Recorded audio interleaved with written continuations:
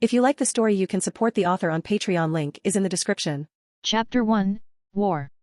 All things that are written in this novel are pure work of fiction that has no connection with reality, it's all pure imagination used to pass the time and nothing more.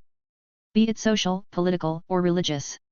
So be warned and read at your own discretion, manage your reading time well, and don't get disconnected from real life. Start. In the boundless nothingness, darkness is the theme and nothing could be seen here. The laws that govern the world such as time and space are non-existent, it's a place of complete emptiness, the origin of everything. But here, a rare sight appeared, two huge orbs visible even in such a place, parallel to each other with a bridge connecting them. But sadly this is not a good thing, as those aren't just orbs, they are two worlds. As for the bridge, that's a battlefield created by the powerful beings on both sides for obvious reasons. On this battlefield corpses of demons, monsters, and men could be seen everywhere, with two huge fortress cities standing there at the two ends of the battlefield, each guarding the world behind it. Each city looked different, with multiple barriers guarding it and with runes over almost every single brick. Both cities gave off an ancient and solemn vibe, telling the world of their old history. But even this part of the battlefield isn't the most important, as above it an invisible conflict of mystery could be felt, as a higher level of war raged on there. But no one on the battlefield was surprised at this, as from the beginning of the war conflicts like this would erupt from time to time, as both leaders were restraining each other, and if one of them lost then this war would be over. This situation already lasted for more than 3,000 years, this may seem a very long time, but it's actually not, after all for each world even a billion years isn't that big of a number. And for a war that will decide their fate such a low number doesn't matter, not to mention that most of the beings that made it to this battlefield are long-lived species. Now for the important question, why did such a war break out? Is it because of hatred? Enmity? Or maybe, it's something else? No, it's simply because of benefits and greed. The meeting of two worlds is very rare in this endless nothingness beyond creation, and even more so for two worlds of such high and similar levels. But such a rare occurrence wasn't a happy one, as one of the two worlds wanted to absorb the other as to strengthen itself. This may be because of the way the master of that world practices, and he needs to devour worlds, and of course, the other fought back, and so this battlefield appeared. Meanwhile, at the core of one of those worlds, stood a woman. She had fiery red hair with golden-colored eyes, she is wearing a black dress which showcased her beautiful body, her eyes laser-focused on the battlefield as she fought against the enemy using her own mystery in her case's principles. But it appears this is not going anywhere, this is not a 1vs1 battle. She is fighting two guys of the same level at the same time, and even so, she still did it, and for 3,000 years, this mainly because of her principle which combines time and destiny is very hard to deal with. After fighting for some time both sides simultaneously stopped fighting, but even then, the war on the battlefield below didn't stop for a moment as both sides fought endlessly. Turning her eyes from it, her golden eyes flashed lightly as if having finally made a decision. This is not going anywhere. If it's just me I can hold on for no matter how long or even win, but I don't know how long the guys below can fight for. The enemy's overall strength is a bit higher than ours, our chances of winning are very low. Once the war on the battlefield is lost and I am blocked, then there is nothing I could do. Looking at the opposite world, anger appeared on her face. Greedy bastards, do they not know that even if they win the war and they block me I can simply make the world self-destruct, or even use it as a last blow? Releasing a long sigh full of exhaustion, she kept on thinking of ways to break this lock, but nothing came to mind. Bastards fighting me 2-on-1. Cowards. If it were 1-on-1 I would have killed them long ago. Just as she said this, it suddenly clicked, causing her eyes to widen. If it was animated a light bulb would have lit up on top of her head. If there is no one at the same level as me on my side I'll just make one. My principles are based on time and destiny. With the power of destiny as a guide, even if it appears impossible to reach my level, she will at least reach peak transcendent level, which will be a great help in the war. Having finally made the choice, she looked at the world she's in, her eyes that were full of mischief seemed to span this multiverse. I need to make a good plan, I can't just wing this like I usually do.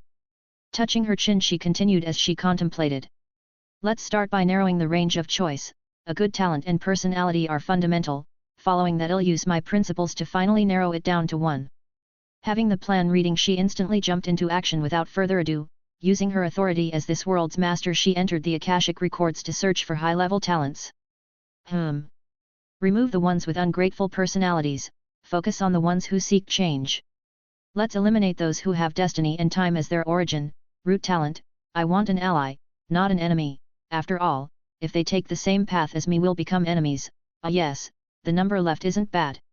Looking at the list left, she proceeded with the next step while humming some unknown song. Putting the list in front of her, she launched her principles at full power. She even used the world's authority as a boost to help her. This power scanned the list over and over again, and it didn't take long for them to stop on one person. Looking at the results, a look of surprise appeared on her face. This origin. So rare, a combination of two extremes, no wonder my power locked into him, but his way of getting stronger should be a bit damaging to the world from what I could tell. I'll think of a way and give him a solution later. Shaking her head slightly, she decided to use her ultimate move, procrastinate, and simply think about it later. She then happily proceeded with the next step without losing any more time. This step is also the second most important after choosing the person. It's creating the opportunity and the most fundamental boost which will help him get stronger. As for what is it? Who knows? Chapter 2, Beginning. In the middle of the road, a young man could be seen walking slowly in the center of the crowd. He kept on walking with his eyes lazily looking around. Observing the people around him, each focused on different things going their separate ways. Sigh. Another day, no change, the same faces focused on the same things, an endless monotonous loop. But then he shook his head lightly as he looked at his clothes. So much for following my dreams, but I don't know if I could get the job. I should be able to unless something unexpected happens. After all, my CV is petty good. Midway through his thought line, he stopped and laughed lightly, mocking himself. This feels like a prison. Even though he thought so, his body still accelerated as to get to the interview in time. After all, he still has to get money to eat, or else he won't have anywhere to live next month. As an orphan, there is no other way. Moreover, he had worked so hard for so long. From childhood to now, from school to university, internships and part-time jobs, all that work so that he could finally get a stable income and improve his living conditions. No longer having to worry all day about whatever he'll have enough money till the end of the month. Even though this job isn't his dream one, it still is a very good one. After all, at the time he chose to abandon his unrealistic dreams of being an adventurer and chose to face reality. Oh, there it is, this should be the place. Looking at the huge establishment in front of him, he put on a radiant smile on his face as he threw all other thoughts out of his mind, focusing on the important thing next. But just as he was about to enter, something strange happened. This is... Everything stopped, time suddenly came to halt. Looking around him, Lorien could see the birds in the sky frozen mid-flight, all the pedestrians froze mid-movement. He could even see a drop of sweat falling from a passerby's shin frozen in the air, defying gravity. Did the world finally bug out? Undeniably he was quite shaken. After all, such a supernatural event is very weird even for someone like him who's been baptized by reading and watching all sorts of anime, web novels. The world has never been this silent. Usually, Lorien loves silence as it calms him greatly, but now it was different. This silence was terrifying, and the noise of his heartbeat, which kept on growing higher and higher, didn't make it any better. But just then, when Lorien thought he was going to get a heart attack as he could feel his heart almost jumping from his chest, a voice sounded from all directions. It was the voice of a woman filled with mystery and majesty. Do you want to know the meaning of life? Do you want to live a real life? Hearing this question, a burst of horror flashed in Lorien's eyes as he instantly thought of one of the novels he read before, and so he answered instinctively. No. Phew. The woman seemed surprised at his response as she thought. It shouldn't be like this, shouldn't he happily agree? Why did you disagree? From what I observed, you shouldn't like your life on Earth that much, and you have always dreamed of going to other worlds to adventure and live a free life, so why not agree when this opportunity is right in front of you? Hearing the genuine confusion in the woman's voice, Lorien calmed down slightly as his mind started turning at light speed, analyzing the situation. This should be the one who stopped the time all around. To do this, it must be a terrifying being. Moreover, the style isn't the same as Terror Infinity, so it may be a misunderstanding. And from what she said, it appears that she investigated me beforehand and knows me very well, and as far as I could tell, there is no hostility, so I can try and directly ask her. May I ask, are you the god in Terror Infinity? Hearing this question, the woman standing at the core of the world paused as her mind was filled with question marks, but then she gave up thinking about it as she looked at the Akashic records and did a quick search. Hey, Siri, Akashic records, what's Terror Infinity? Receiving the answer, her face instantly turned weird as she couldn't help but want to cry. No wonder he would instantly refuse. That's a bigger prison. I just wanted to act cool, who would have known this would happen? After a couple of minutes of silence, Lorien started to get more nervous as a sense of dread filled his heart. Did I piss her off? Will she just kill me? But thankfully she finally spoke again, but this time she sounded like she was about to cry without the earlier mystery. I wanted to act cool. Who would have known such an accident would happen? Here you go, this should do it. Before Lorien could react, a burst of light entered his brain as information started to appear. This information basically explained what the woman wanted from him and what will happen if he agrees. Digesting it, Lorien finally gave a long sigh of relief as the nervousness was swept away, replaced by a huge sense of excitement that filled his entire body, causing it to start shaking. The information basically contained three things. First of all, if he were to agree, he would be given a treasure that will allow him to travel to other worlds, record their coordinate, etc. This treasure also has the ability to awaken talents, as for other abilities they are unknown for now. Secondly, and the thing that made him most happy, is that there are no restrictions, no such things as tasks and rewards, no time limits whatsoever. He can enter and leave the world whenever he wants and he doesn't need to do anything.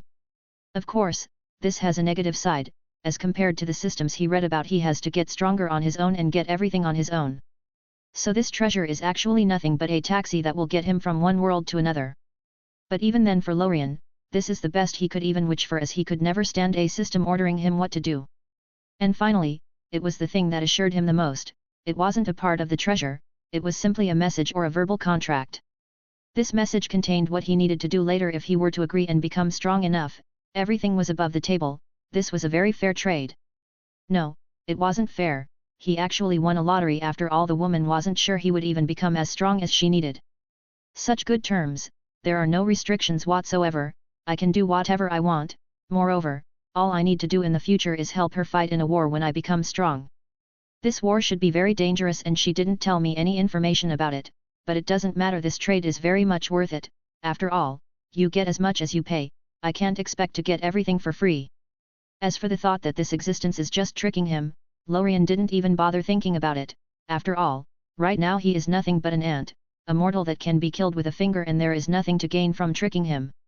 Moreover, he could infer from her actions and the form of the contract and its fairness that he has great potential, and that she put everything above the table as to have a good relationship with him, as she probably knows that no one likes to be manipulated even for their own good, but even then he won't push it too hard and start acting arrogant.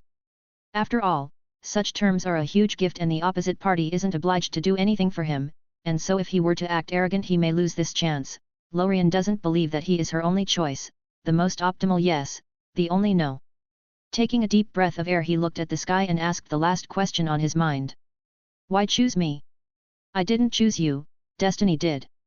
Hey. As if seeing the confusion on Lorien's face, she continued explaining, but this time her voice was filled with both pride and majesty. Part of my power is destiny manipulation, so I didn't choose you, I simply trusted my own strength and power. This time she didn't leave him any time to ask more questions, as she asked solemnly. So, will you agree to this contract?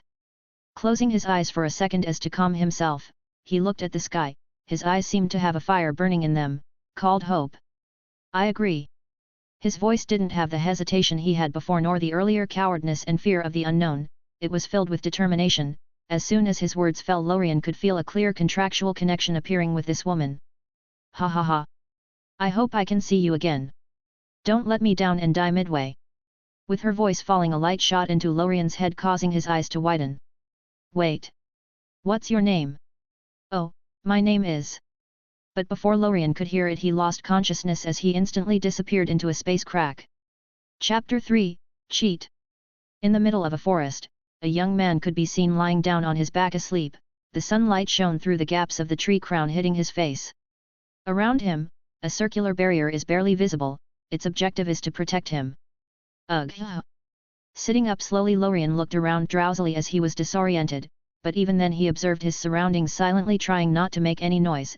After all, this is a new environment and God knows what may be there. Noticing the barrier around him, Lorien visibly relaxed as he released a sigh of relief. So thoughtful, it appears arrangements were made. Well, that is to be expected. After all, if I were to die seconds after traveling, all the effort would have gone to waste. But will such a barrier appear every time I travel, or is it only this time, and more importantly, how strong is it?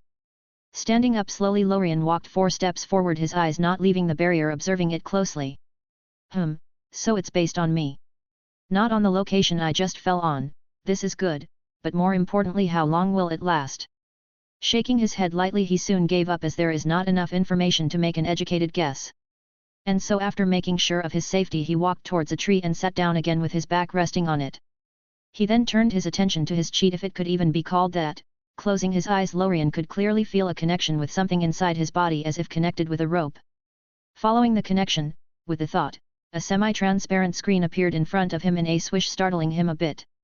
Looking at the screen in front of him, a feeling of speechlessness enveloped him. Really? A Windows XP style application. As soon as this thought appeared, the style of the window in front of him changed to a more modern look. Hey! Does it follow my thoughts? Seeing this, a feeling of novelty manifested. It's like when you get a new game and start customizing your character, this feeling is a bit addictive. It didn't take long for him to finally finish customizing the looks of the screen. Now it has a dark background with stars shining brightly illuminating it, 2 options enveloped by golden rectangular borders with transparent insides showing the starry background, each enveloping one word. Worlds. Talent. Seeing those options, Lorien started exploring, as this is going to be his most important guide for a long time. He could guess what the talent option does, so he left it for last as he is pretty safe for now, and so he chose the other one, worlds, and so he clicked on it. This caused the other option to disappear as new ones appeared. Coordinates. Travel. Looking at them, the travel option is very obvious and he didn't dare to click on it for now, as he didn't know if it will directly send him to another world without further confirmation, and so he clicked on coordinates, causing the other option to disappear with new ones appearing. Record coordinates. List of coordinates. Without a second thought, he clicked on record, which caused the option to light up with a golden light for a couple of moments and then disappearing, leaving the other option alone. A bit curious, he clicked on it, causing 2 new options to appear. Eternal world. Nameless world. The eternal world should be my home world, as for the nameless world, it's the world I am currently in. With a thought, the options disappeared as it returned to the home screen with the 2 options shining. Lorien already understood the world's option, so he turned his attention to the last option and the one that will define his road in the future, talent. Clicking on it, the same this as earlier happened, as the world's option disappeared, but this time only one new option appeared. Awaken. Pausing for a second, Lorien took a deep breath as a look of expectation appeared on his face. I wonder what it is. I should be extraordinary for that woman to choose me. After calming himself a bit, Lorien finally clicked on awaken, and as soon as he clicked on it, the screen in front of him disappeared as a message appeared in his mind telling him to choose a target to awaken. Seeing this, he chose himself without a second thought. As soon as the choice was taken, a golden light burst forward from the depths of his body. More precisely, it came from the orb-shaped treasure hidden inside of him. This golden light shot forward towards Lorien's core of existence, also called his origin. As to awaken it. This origin is the starting point that defines one's existence and directs one's actions throughout life. It is a force that comes from within the world itself and managed to stream out of it and took on a material form through the creation of life as it gave birth to a body and soul, and this form may be anything that is living, be it humans, animals, etc. Each person has a different origin. It may range from simple tools or weapons such as sword, spear, spoon. It may be an element such as fire, water, or it may even be an abstract concept such as chaos, time. The awakening of this origin is very dangerous. If not done right, it may cause the awakened person to lose themselves and become nothing but a puppet to said origin. For example, if someone were to awaken the origin evil and lose himself in it, even if before awakening he was the kindest and gentlest man you could meet, he will transform into someone who only seeks evil and does anything to reach it, spreading chaos and carnage in his wake, losing his past self in the process. Of course, danger is accompanied by opportunity. If this awakening were to succeed, a terrifying ability will be born. If you were lucky enough to have a good origin, imagining surviving just to awaken the origin chair. This ability, whatever it may be, is very different from other abilities or talents awakened from the soul or body. It's much purer, and it gives its owner near infinite possibilities. Of course, Lorien didn't have any idea about this or the nature of this talent awakening. Moreover, he has already lost consciousness the moment the golden light appeared. When this golden light touched Lorien's origin, a chain reaction instantly occurred. A multicolored energy appeared out of nowhere from the depths of Lorien's existence. It seems that the golden light was nothing but a key to unlock the gates, unleashing something from within it. When this multicolored light appeared, the golden light instantly retracted to Lorien's soul as it transformed into a sphere protecting Lorien's consciousness and memories inside of it so they don't get affected by the upcoming transformation. As if on K, the multicolored energy instantly enveloped Lorien's soul and body, transforming them. The first to get transformed was the soul. The originally transparent soul that looked like it's about to dissipate on its own was getting torn and reformed over and over again as waves of multicolored energy got absorbed by it in the process as to strengthen it. And like that. It didn't take long for the originally normal soul to get completely transformed. The weak and transparent soul is nowhere to be seen now, and a new and strong multicolored one appeared instead, different from before. It now gave off a very solid feeling. This transformation didn't stop there, as after finishing with the soul the multicolored light set its new target on the body. With the energy appearing in it, changes instantly began to happen. Useless cells got discarded, other cells got transformed and perfected while new ones appeared. This transformation is perfecting this body and making it more compatible with the origin as to be able to use it. And so like that, the transformation continued. Chapter 4, Talent Point 1. Unbeknown to Lorien, from the moment his talent awakening began, something else happened. At first, the tree that Lorien was resting on got erased from the world and transformed into pure energy called reality/existence energy. This energy got absorbed by Lorien to fuel his transformation. After all, the energy has to come from somewhere. And as the transformation continued, more things got erased and transformed into energy, starting with the soil he's sitting on, and it expanded more and more as time went on. From a radius of 3 meters, 15 meters, 50 meters, 100 meters, until it reached a 0.5 kilometers radius did it finally stop. Everything in this radius disappeared, be it the soil under his feet, the numerous trees around him that used to obscure the sun, and even some unlucky animals such as squirrels, birds. In this radius were not let off, as before they could react, they got puffed out of existence. Luckily for Lorien, he had no friends next to him at the moment. Or else they might have gotten the same treatment as the above. Of course, such a thing wouldn't happen every time someone awakens. First of all, every awakening is different. Moreover, this actually happened because of a number of reasons. First of all, the world Lorien is in right now has a very negligible to near non-existent amount of natural energy roaming in the air. The natural energy in each world is very different in characteristics, quality, depending on the rules of the world and many other parameters. This natural energy may be called magic, ether, spiritual energy, Reiki. But the natural energy in this world is very blank and is not enough to fuel his transformation. And the second and most important reason is the nature of Lorien's talent/origin. If it were someone else with a different origin, let's say fire for example, without the natural energy in the air and with the inability to transform things into pure energy, even though the awakening will be successful, it won't be so perfect, unless there is a forest fire going on and he/she starts absorbing those flames as fuel. Basically, everyone absorbs different things depending on their origin in the case of the absence or insufficiency of natural energy. A couple of hours later. Waking up from his small 3 hours nap, Lorien never felt this comfortable. It was the most comfortable feeling he had ever felt since he could remember. Even some of the tiredness and some muscle pain he previously had because of workout, etc., completely disappeared. But then, looking around him groggily, all the sleepiness suddenly faded away in an instant. Jumping to his feet, he looked around him with a solemn look on his face. But looking at the barrier that still stood strong, he felt relieved. Why am I in a crater? It looked as if an asteroid hit this place. Moreover, Lorien could tell that he was at the center of whatever happened here. After looking around for a couple more minutes, he decided to give up thinking about it as he excitedly turned his attention to his awakened talent. Checking himself, Lorien could feel huge changes. First of all, his physique. Right now his body is about 5 times better than before, be it in strength, dexterity, senses, durability, etc. Secondly, some sort of mysterious energy seems to have been born in his body because of the awakening. Focusing on it, he could perceive that this multicolored energy seems in a state between dreams and reality, as if it exists yet it doesn't. It is scattered in every corner of his body, but right now there is not much of it. And finally, when he thought about the talent he was supposed to get, a message automatically appeared in his mind explaining the ability he awakened. It's dreams and reality manipulation. The powers of dreams and reality are actually two faces to the same coin, which symbolizes existence and non-existence. To be more precise, this ability represents the barrier between those two extremes. The combination of dreams and reality gives Lorien the power to create things from nothingness, or more precisely break the barrier between dreams and reality as to turn said dreams into a reality.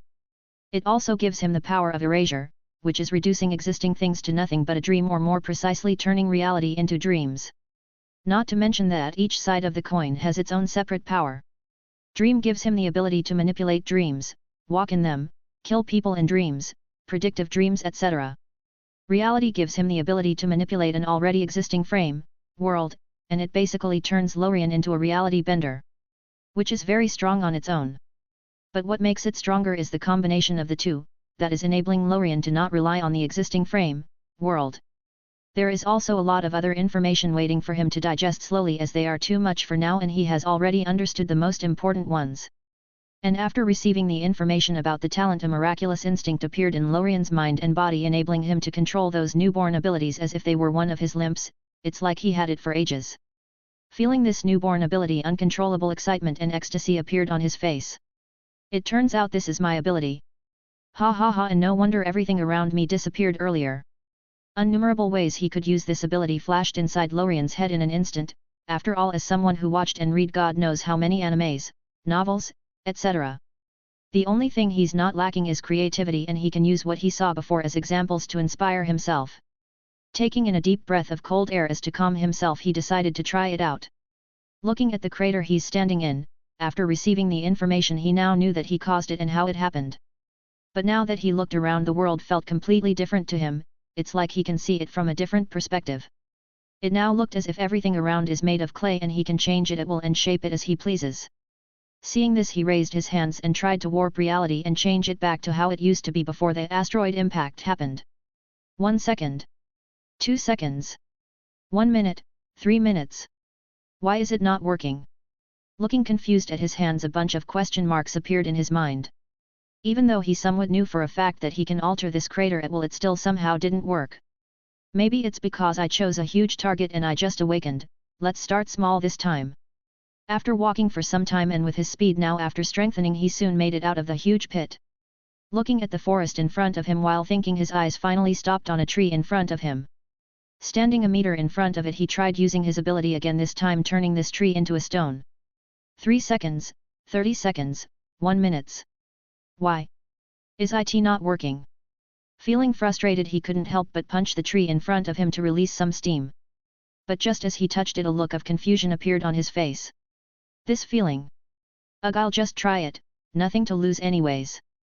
Putting his hands on the tree, he tried again, turning it into stone. And this time it worked. The tree in front of him instantly transformed without delay at a speed even he couldn't react to. Seeing this, Lorien finally understood the problem. He had to be in contact with it to be able to alter it. Moreover, this also has limitations, as when he transformed it he could feel some of the multicolored energy inside his body get consumed. Not much, but if he were to try and alter reality on a larger scale, the energy needed would be astronomical. And that's not all.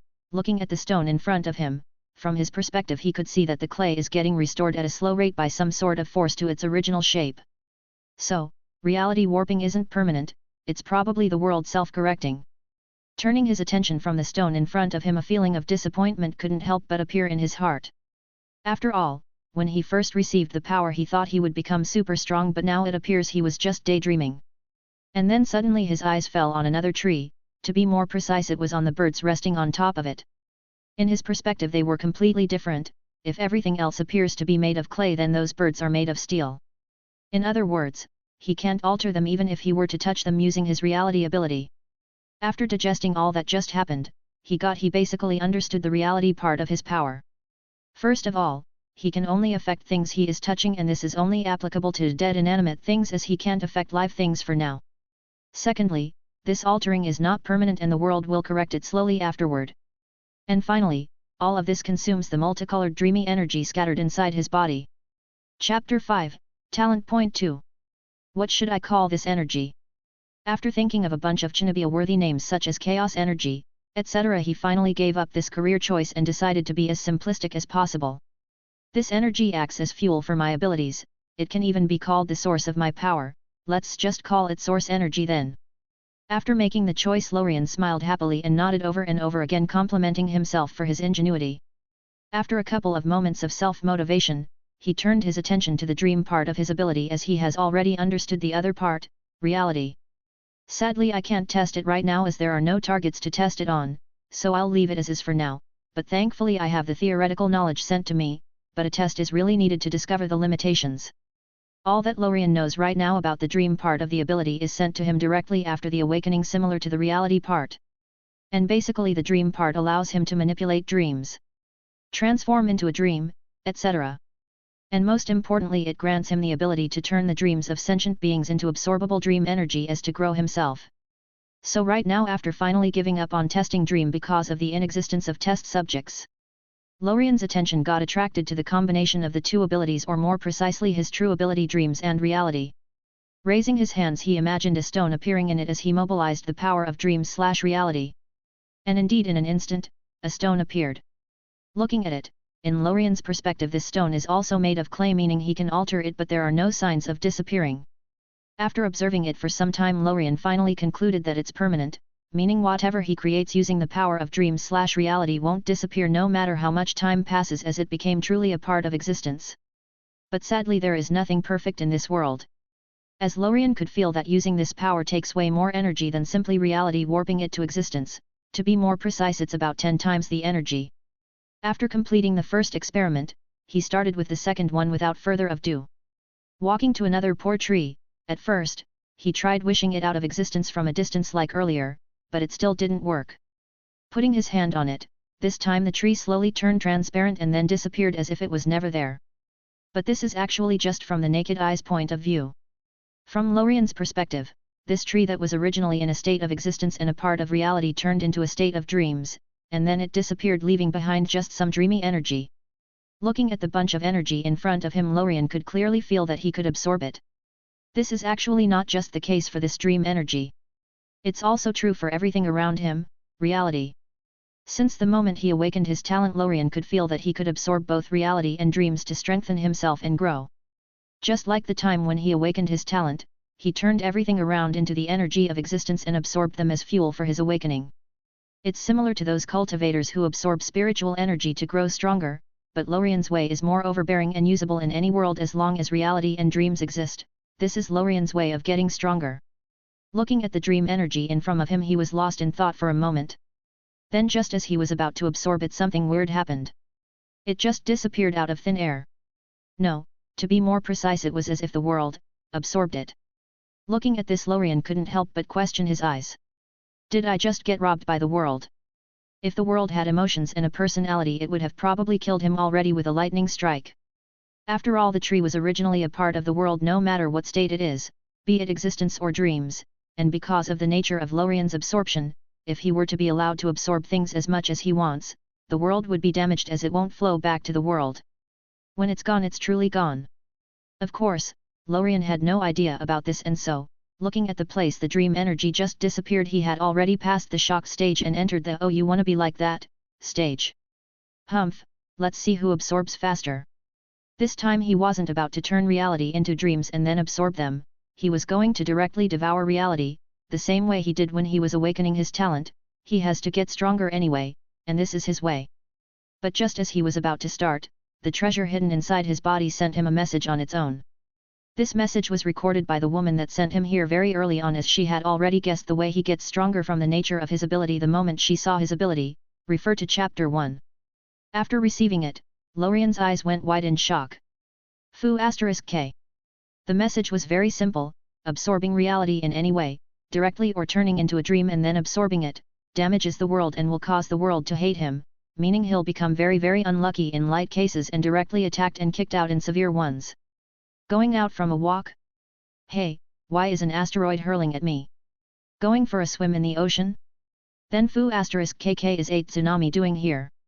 You basically get the idea. As for why that didn't happen earlier after he absorbed so much for awakening? It's because the quantity hasn't reached the world's bottom line yet and the treasure is blocking some of it, but that won't last long if he were to absorb more. But thankfully not all doors are closed. He can absorb the dreams of sentient beings as much as he wants, as the world itself can't. Those dreams aren't actually energy, they are more similar to faith in nature, as they are actually made thoughts, information, but much more mysterious, as a dream can even be called a world with unique rules in and out of itself. Only those with the power of dreams can turn them into absorbable dream energy. Moreover, he got a very important piece of information, that is, if he were to turn those dreams into dream energy and allow the world to absorb them, he will get a blessing, basically a protagonist halo. And that's not just it. If he were to allow the world to improve and advance in a good direction, he will get ownership of the world and become its master. Of course, this good direction is for the world itself, not for the people living in it.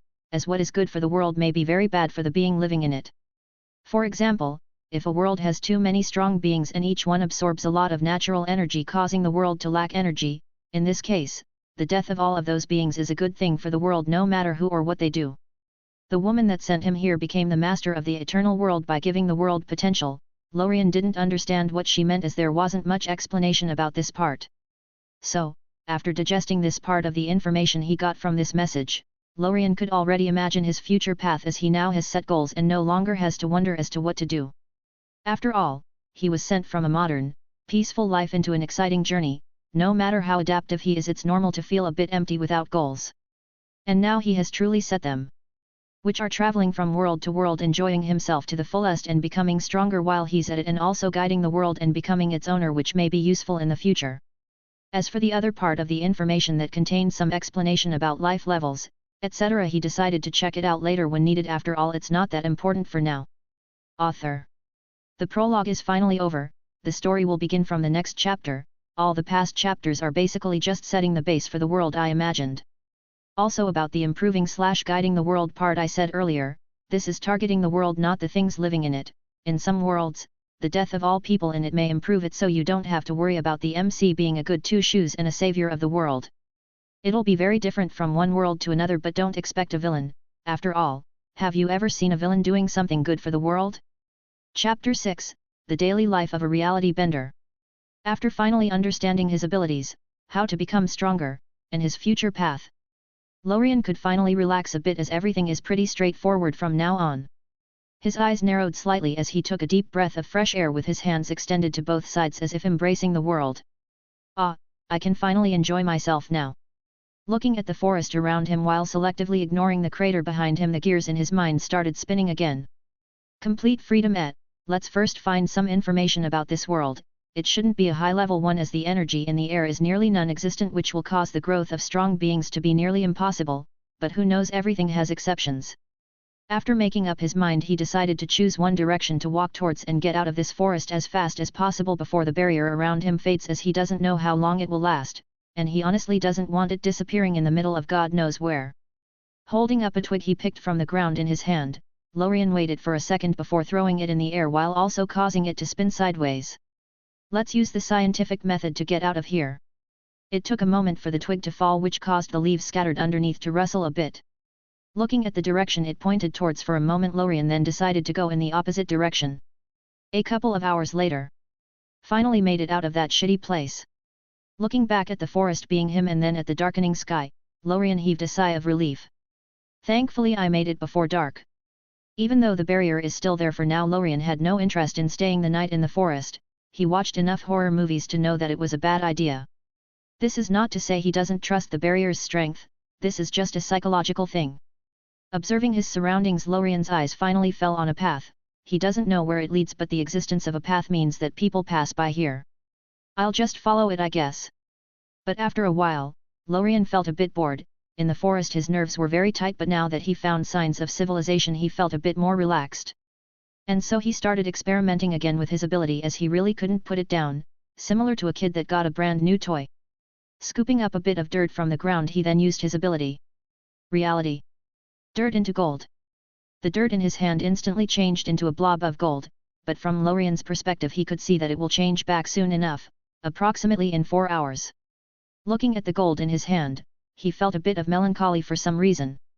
Sigh. If I wanted to make this much gold before, I would need to work for years, and now I can simply wish it into being. Well, it's just the past, I have a new life now. A small smile appeared on his face, but it quickly disappeared as his eyes focused on the golden blob in his hand. But how can I make it last longer? And like that, an hour passed quite fast, but Lorien still couldn't see any signs of humans. It'll be dark very soon. So, he decided to stop here for the night as he felt tired. It's not physical fatigue, as after the awakening his physical strength is very absurd, it's a mental one, as when looking back at what he experienced today he still couldn't fully believe all that happened. After all, when he woke up today he had a very simple plan, and that is, go for the interview, eat something outside and then call it a day. And nowhere in that schedule did meeting some sort of mighty existence, going to another world, and gaining power he couldn't even wish for before get planed. Looking around for a bit he then walked to the side of the road. He then lowered his body and put his hands on the dirt. Closing his eyes, he imagined a small house in his mind, including the rooms, bathroom, dining room, and most importantly the bed. Reality, house creation. And then reality glitched as a small brick house appeared out of nowhere around 75 superscript 2m in size. It even had a doormat. Lorien's current energy reserves could barely make it. And this is because it's just warping reality, not turning a dream into reality, or else he'd need a lot more energy than he has now. Thankfully his energy restores very fast on its own. This is also the reason he was able to experiment for so long and not run out of energy. Honestly, Lorien doesn't understand where his body is restoring the energy from. He is sure that he isn't absorbing anything from the world, or anywhere for that matter, it's simply appearing out of nowhere. After thinking about it for a moment, he quickly gave up, as it's actually a good thing for Lorien, as he doesn't have to worry about restoring his energy no matter what environment he is in. And with his mind changing targets, Lorien looked at the house in front of him. He could see that it would last for about 16 hours or so. This is the result of his experiments in the last hour. It turns out that if he puts more energy into it, he can extend how long this reality will last. Entering and closing the door behind, he went directly to the bathroom as he really needed a shower to relax right now. Just as he entered the bathroom, he inadvertently looked into the mirror.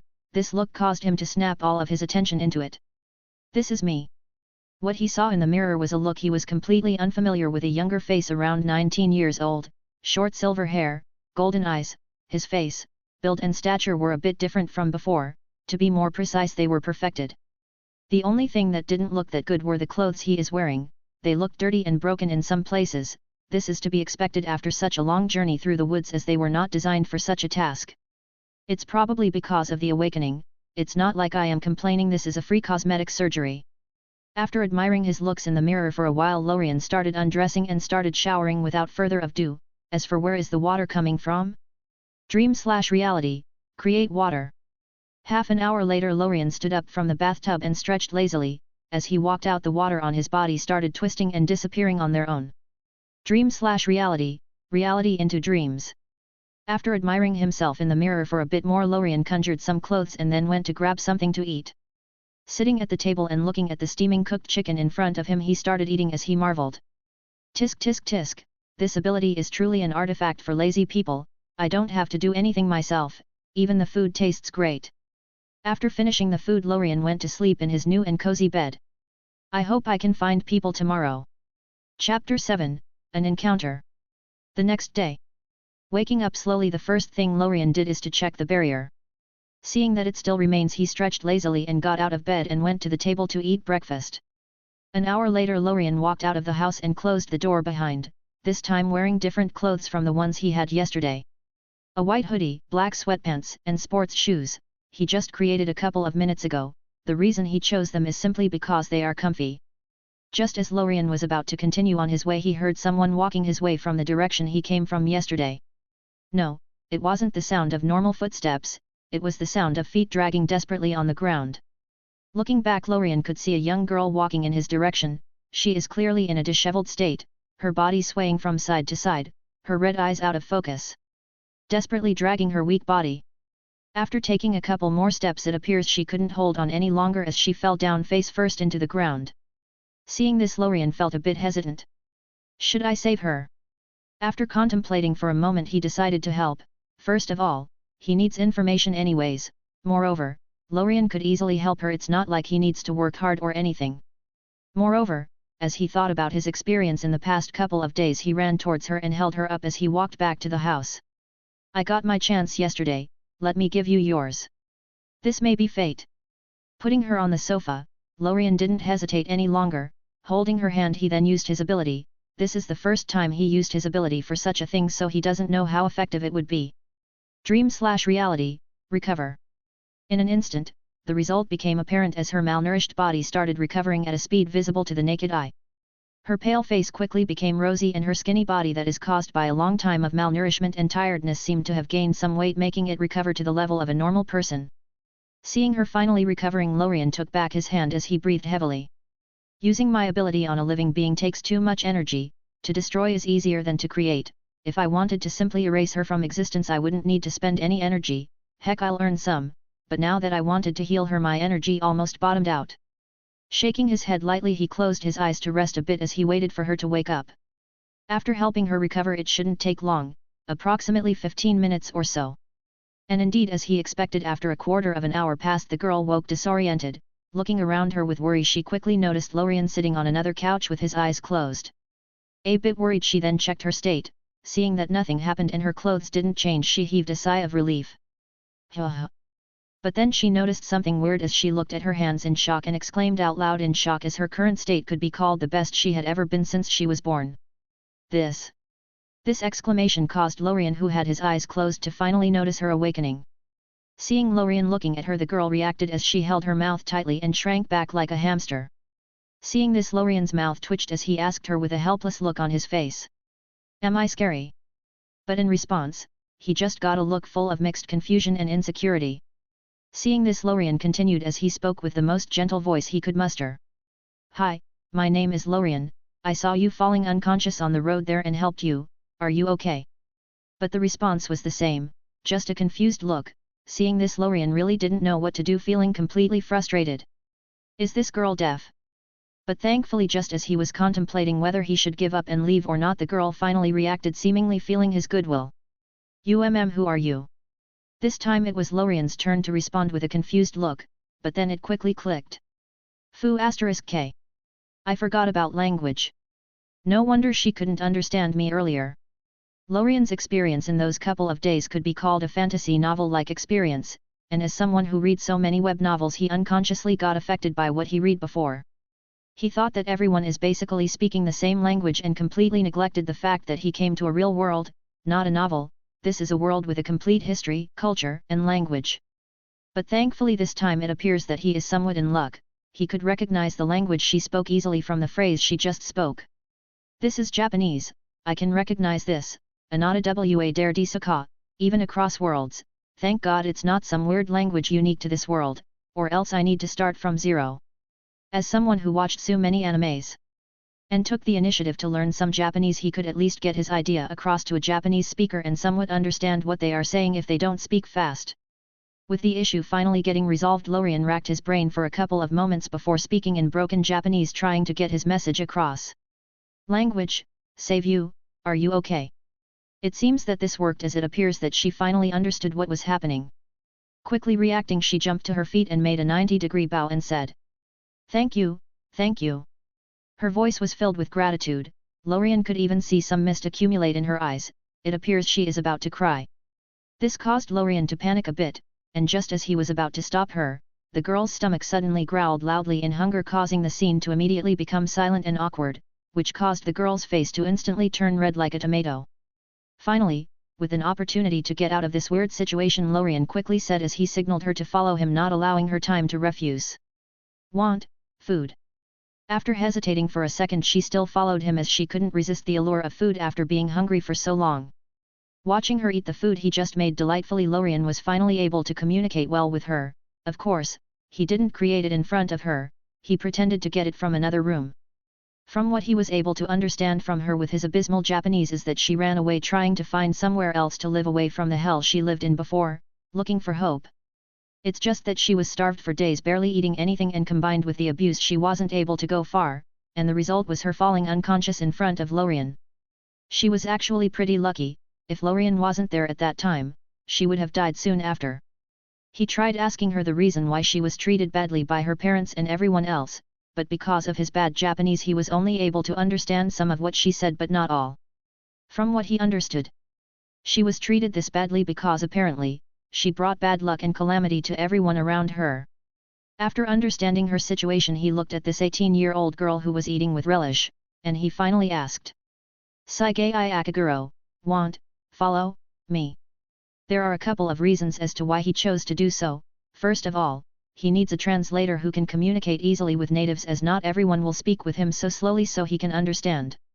He also felt pity for this pitiful beautiful girl when he heard her experience, and having a companion isn't bad, all alone in a different world is bad for mental health. And finally, there is an experiment he wants to try later on, but before trying it he has to make her loyalty higher. Okay. I admit it, it's mostly because she is beautiful. If it was an ugly woman or a man I would have indeed saved them, but that's it. At most if I liked their personality I would give them some gold so they can start a new life. But hearing what Lorien said, the girl called Saigai quickly shook her head and refused as revealed a timid look. I bring bad luck, I don't want to hurt you. Seeing this, Lorien knew that it would take some energy to make her follow him, and so he directly started trying to convince her. This took him almost a full 20 minutes, but at least it finally worked. After all, she was indeed very grateful that he saved her and gave her food. The only reason she refused was that she didn't want to hurt him. But seeing him not giving up, she finally agreed, but what Lorien didn't notice was the remorseful look in her eyes. He'll probably kick me away soon anyway, I'll try my best to help him until then. As long as he doesn't kick me, I'll stay and pay him back. Not noticing her strangeness, he smiled and said while pointing at the bedroom, he had already prepared some clothes for her. Clothes? In room. Looking at her going into the room, Lorien finally gave a long sigh full of exhaustion.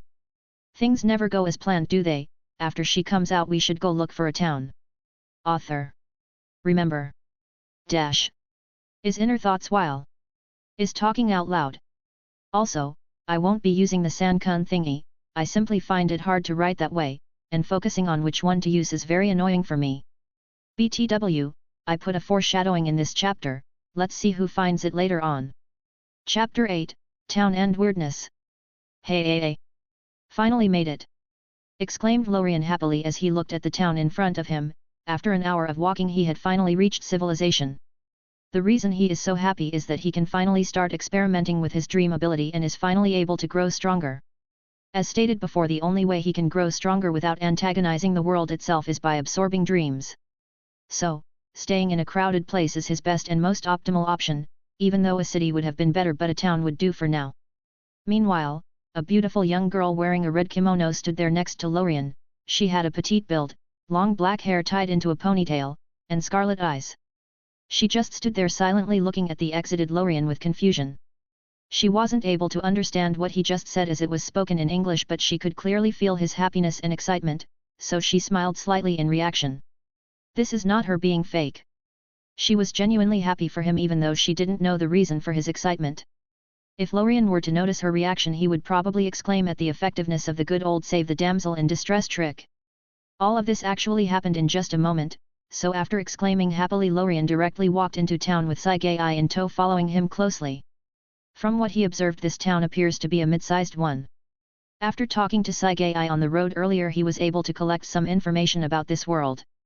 First of all, the era, it's the Taisho period, meaning it's the 19th. This period isn't the best to be alive in, as there is a very huge difference between cities and rural areas in this period.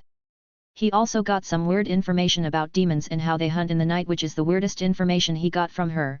He didn't know if it was real or not. Personally, he felt that it wasn't true. As demons are high-level creatures and the environment of this world shouldn't allow them to survive unless it's some mutant monsters being called demons. Of course, even with this point of view, he wouldn't simply ignore such information, as he took note just in case. After all, being careful never hurts. The first thing they did after they got into the town was to ask for information about if there is an inn, etc. Then it was to get some money. It was pretty easy, as all they had to do was find a shop and sell some things. Well, the one who did the talking and negotiation was Saigai, while Lorien just provided the goods. Why didn't he just create money and be done with it? That's because he doesn't know what the currency and money here looks like, so even if he wanted to realize it, it would require much more energy than usual, and I mean much more. And that's because he would be realizing something with no reference. But now that he has an example on his hands, he can basically turn into a money printing machine. Walking out of the shop and towards their next destination, Lorien couldn't help but feel a headache. Money, a pain in the ass wherever I go. But then, just as they were walking towards an inn that some passerby pointed to, something unexpected happened which caused Lorien to instantly react. Looking at Saigan, who's walking silently next to him, he could see some faint blood-red aura dispersing from her body in all directions, but it appears that she was unconscious of it. She probably didn't know that it even existed. And as Lorien was standing the nearest to her, most of this aura got stuck into him, but even after seeing this, he didn't try using his ability to remove it. He wanted to see what would happen out of curiosity. Anyway, nothing would happen to him, as the barrier around him is still there for now. The only reason this aura was able to touch him was because he allowed it. Meanwhile, in a house tens of meters in front of Lorien and Saigai, two couples were fighting next to an open window.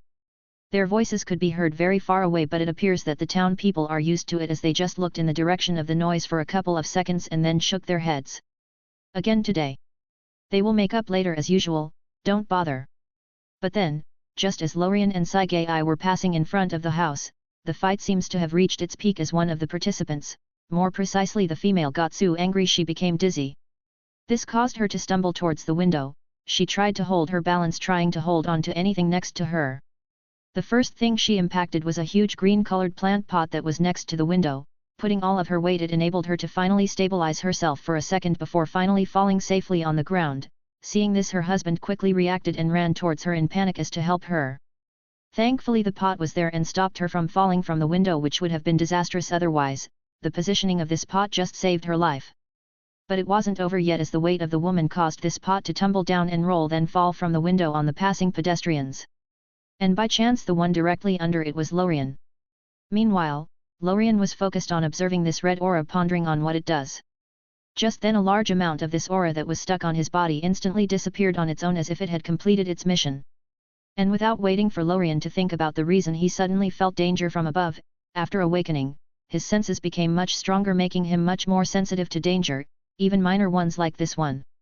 Raising his head, he could see a huge pot hurling at him, but without waiting for him to do anything, it directly impacted the barrier. Lorien was waiting for a crashing noise and debris, but none of that happened.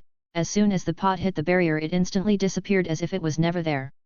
Moreover, weirdly enough, none of the other passers-by or Sagai who was next to him noticed anything, as if everything was an illusion. Seeing this, Lorien couldn't help but marvel at the barrier a bit. Tisk tisk tisk. Truly a high-level thing. Did the pot get deleted from the source?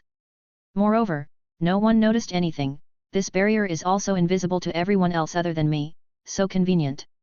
After marveling at it for a couple more moments, he quickly turned his attention to Sagai, who's walking next to him with her head lowered, probably a problem with self-esteem. But that wasn't the point. He now knew why she said she doesn't want to hurt him. She's truly a walking disaster. He now wonders how exactly did her parents and the town she used to live in survive for so long. What Lorien didn't know was that because of her usual malnourished state, the aura she usually releases isn't much and there is no such danger. Moreover, she is usually isolated from everyone else, but now with Lorien restoring her to full health, the aura released is much higher. But what is this power exactly?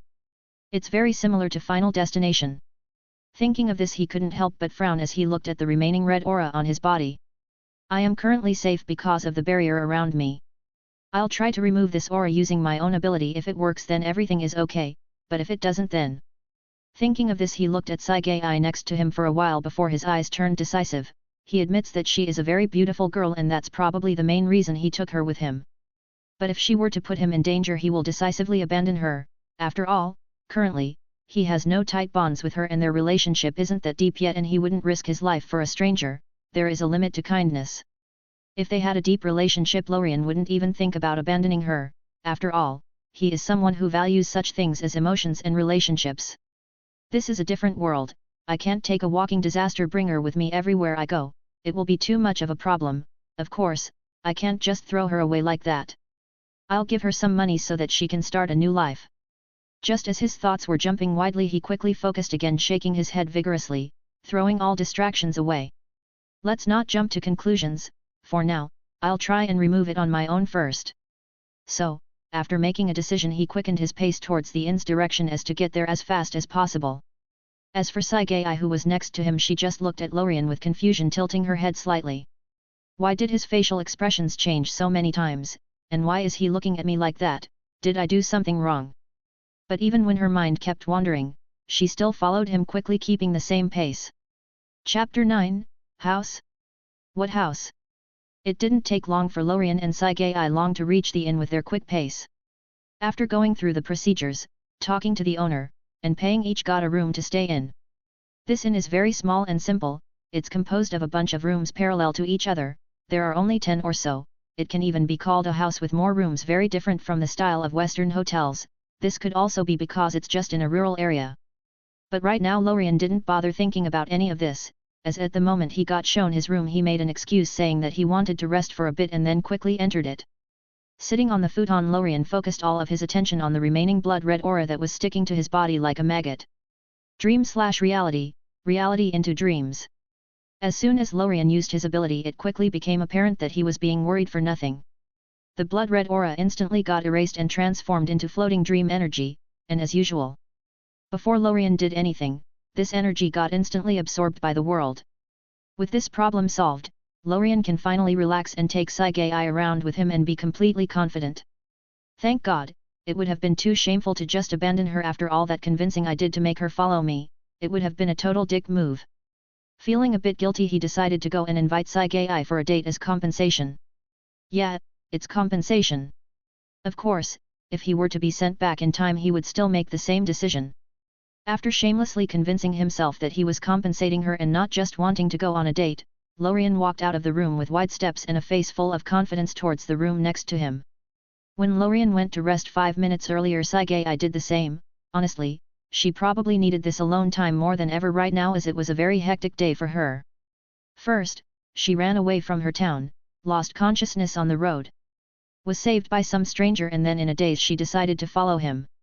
Thinking of this, Lorien, who was about to call out for her, stopped for a second, hesitating on whether to call her now or just let her rest. After pondering for a moment he turned around and walked back to his room, closing the door behind. I'll look for her in an hour or so, she probably needs to clear her mind and rest now, everyone needs some personal space. Meanwhile, on the road close to the house that Lorien created yesterday, a group of 5 people were walking down this road. It appears that they are merchants, as they had a carriage full of goods towed by a horse. We'll reach the next town in an hour or so, I think we should stay there for the night before continuing the next day for the next town. We left quite late today, I don't think we can reach our destination before dark, suggested one of the men while the others listened. After being silent for a moment, the man in the middle finally spoke. I agree, the night is dangerous. As he said this, fear was clearly visible on his face. Apparently he was quite the firm believer in the existence of demons. Seeing this, one of the 3 other men laughed jokingly as he teased. Ha ha ha, are you afraid of those folklores? They are just legends, but hey, if it comforts you then so be it. Just as the man in the middle was about to respond, one of the others suddenly spoke as he pointed forward. Is that a house? House? What house? There are no houses here. The man in the middle responded instinctively. They had passed through this road hundreds of times, they know it as well as the back of their hands. But when he looked at the place his old friend pointed towards, he instantly became silent. The same was true for the others who were about to respond with the same answer. After being silent for a couple of moments, they started discussing it. Was there ever a house here? No. First time I've seen it. Maybe it was built recently. Who would build a house here in the middle of nowhere? Who knows? Should we check it out? Hearing this, all the others became silent, but it appears curiosity got the better of them as one of them finally spoke. We're going to pass by anyway, let's check it out. And with that, they walked towards the house with the horse still walking slowly behind them. Standing in front of the house, they couldn't help but marvel at it. This is the first time they have seen such a house, a completely different style from the ones they saw before. After marveling at it for a couple of moments, one of them yelled. Hello? Anybody here? After waiting for a minute and hearing no response, one of them walked towards the door and knocked lightly. Hello? But the result was the same. Seeing this, one of them couldn't help but joke around. Ha ha ha, could it be a ghost house? Smiling in response, the others shook their head at the guy.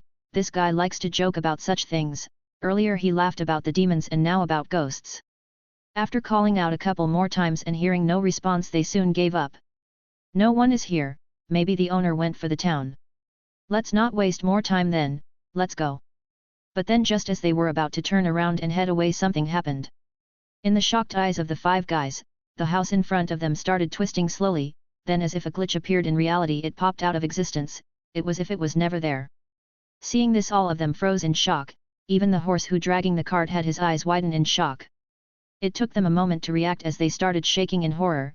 One of them even fell down to the ground. His feet simply couldn't hold him anymore. A chill ran down their spine and their hair stood at their end. Right now the sun didn't feel as warm as it usually did. It was as if they were suddenly thrown into the Antarctic with needles poking every inch of their skin. A couple of seconds later, one of them was finally able to barely more as he yelled. Ghost! Run! This woke up the others, who also started running away from where they stumbled as they ran, but even then they ran very quickly, even completely forgetting the horse and the carriage full of goods. And so, since that day, the legend of the demonic house that appears and disappears in the middle of the road will be known far and wide. Someone even said, "You want my treasure? You can have it. I left everything I gathered together in that house. Now you'll just have to find it." Cough cough, sorry, wrong world.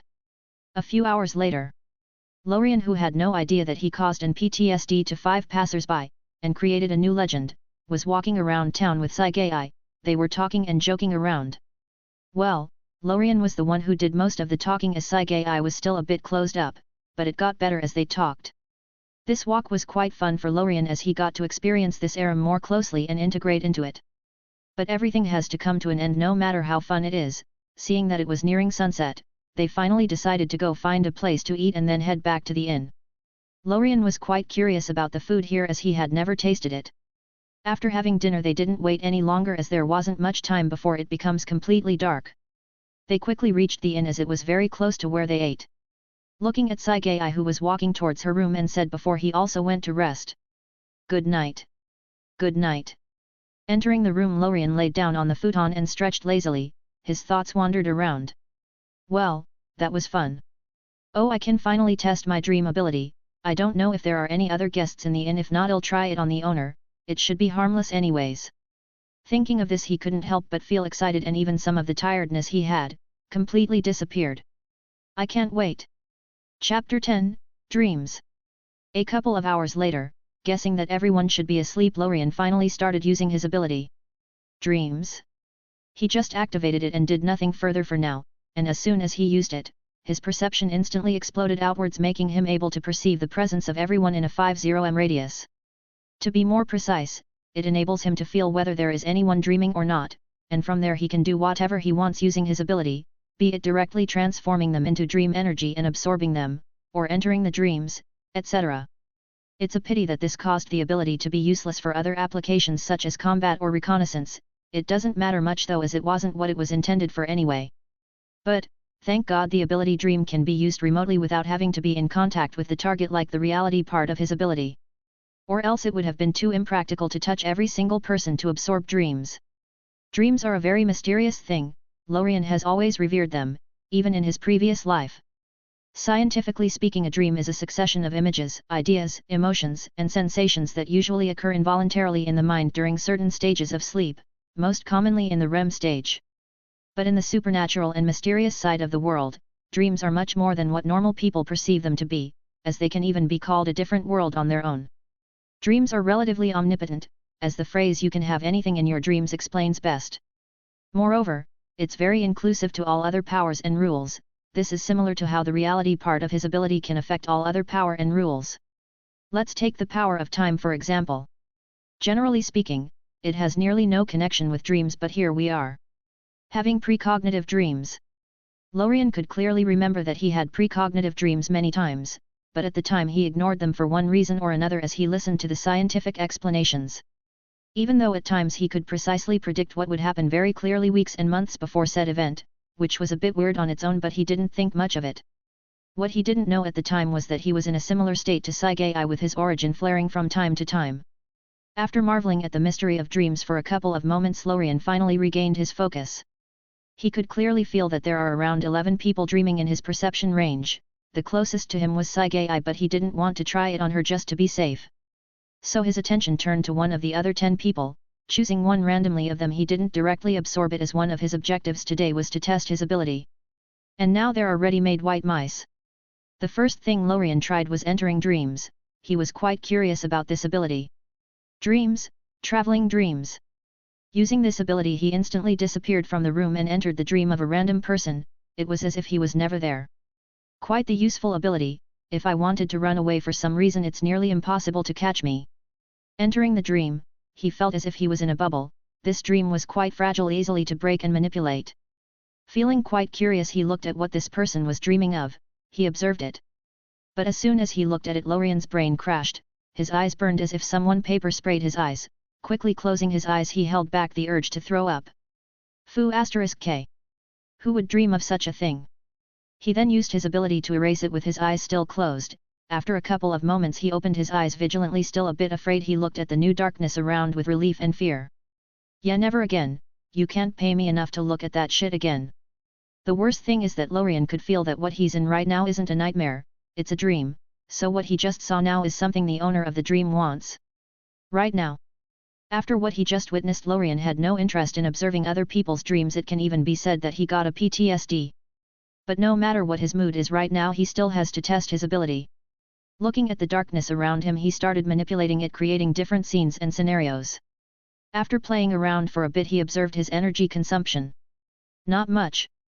But honestly right now Lorien can't think of any practical application of this ability other than rare applications, and maybe if he wanted to train here and practice some dangerous techniques. After playing a bit more, he reluctantly decided to stop, even though it was a bit fun and novel turning pure imagination into reality so easily. Dreams, exit. Using his ability, he appeared in the room again. Now my mood is a bit better. Right now there are two things he hadn't tried yet, and that is what would happen if he were to kill in a dream, which Lorien decided to skip for now. And the other one is the most important, and that is absorbing dreams. Without further wait, Lorien used his ability to attract all dreams in his perception range. Looking at the 11 multicolored orbs floating in front of him, Lorien could vaguely see some of the scenes happening inside, but after what happened earlier he had no interest in seeing them. After observing them for a while, Lorien noticed something else, that is, the dreams in front of him have different strengths, and after investigating a bit more Lorien figured out what was happening. It appears that each person's dream has a different level of quality depending on their state, injured, and life level. Absorbing the dream of a baby or a very old man won't give the same energy as someone in their prime. And absorbing the dream of a weak mortal won't provide anywhere near the same energy as the dream of a powerful being. After observing it a couple more times and making sure he didn't miss anything, he finally started absorbing them. The orbs floating in front of him instantly transformed into absorbable dream energy, and then it was devoured by Lorien. As soon as this energy entered his body, it got partitioned into 3 parts. The first was used to improve his soul, the second to increase his energy, and the last part is for his body. This allows him to have a balanced improvement with no shortcomings. This process didn't take much time, as the energy he absorbed wasn't much. The dreams of only 11 people are nowhere near good enough to push his strength to a new level. After the absorption ended, the first thing Lorien did was observe the changes and improvements. First of all, the soul, it became a bit stronger and more solid. Secondly, it was the body, he could feel a bit of an improvement, but it wasn't much.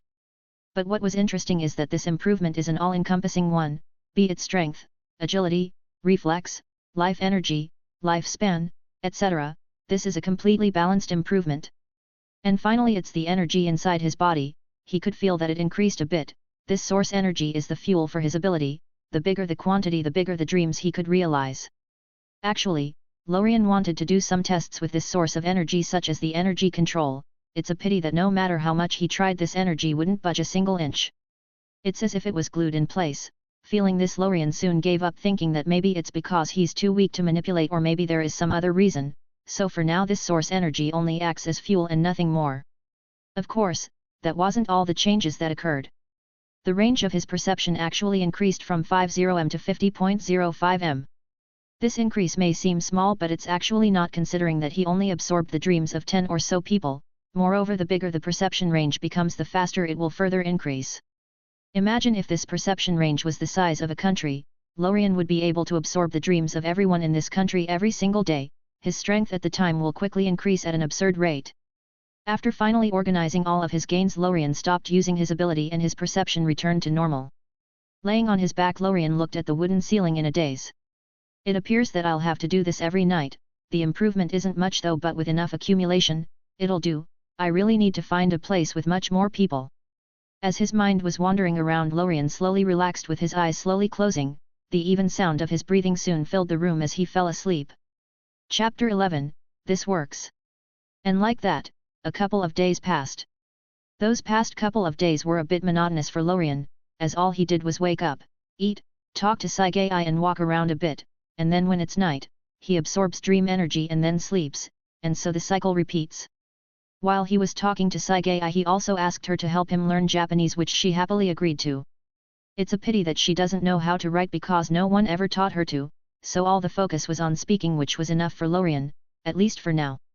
This whole language thing was getting on Lorien's nerves. Japanese was at least okay, as he had some prior knowledge of it. But if he were to go to some world with some weird unknown language, he'd have no idea what to do. This could be quite dangerous in an aggressive environment.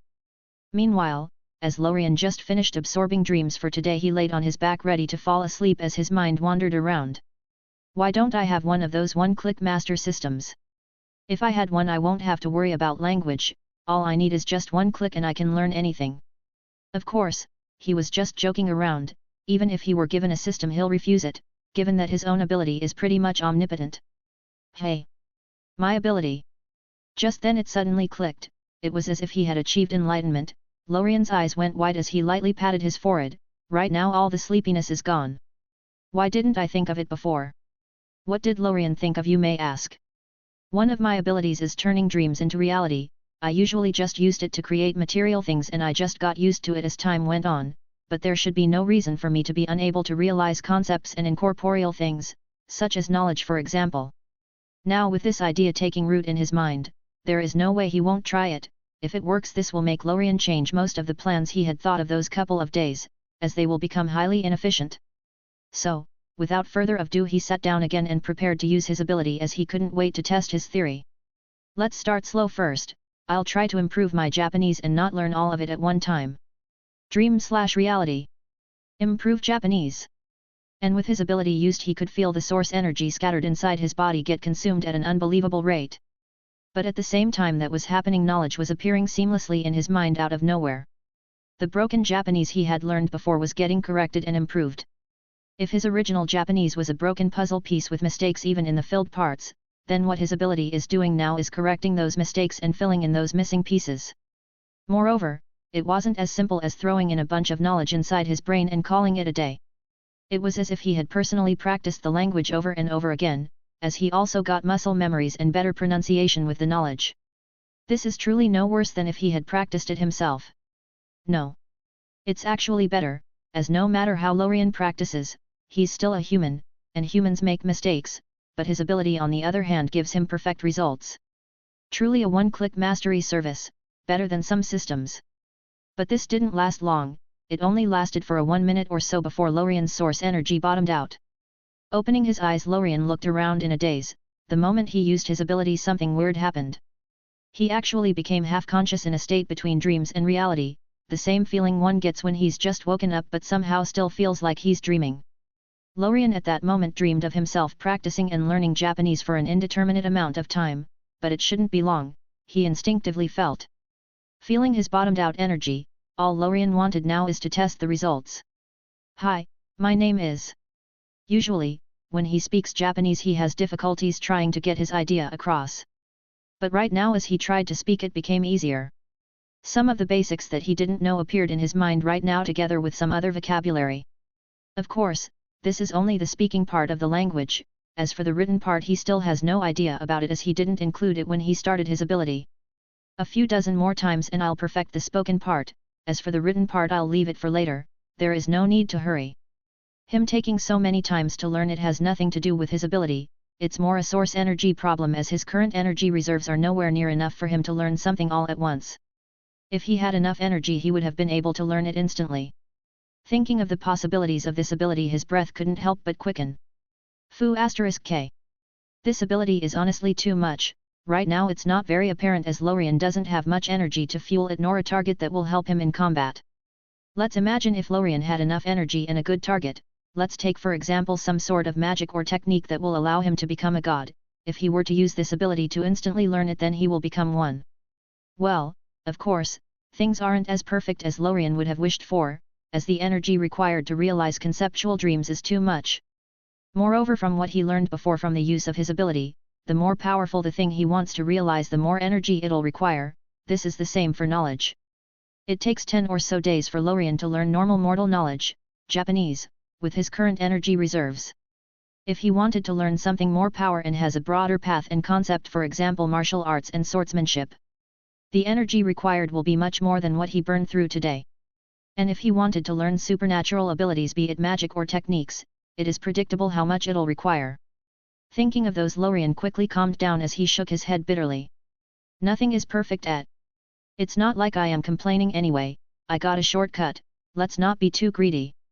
Feeling his still slowly recovering source energy, it is apparent that he will not be able to do anything else today, and so with his new gains in mind he fell asleep, full of contentment. Chapter 12, 1 month later. A month later. Inside a manor at the center of a big and somewhat crowded town. A handsome young man could be seen standing there looking at his own reflection in front of the mirror with a lazy look on his face as he nodded from time to time. Yup. As handsome as ever. A lot happened in this past month.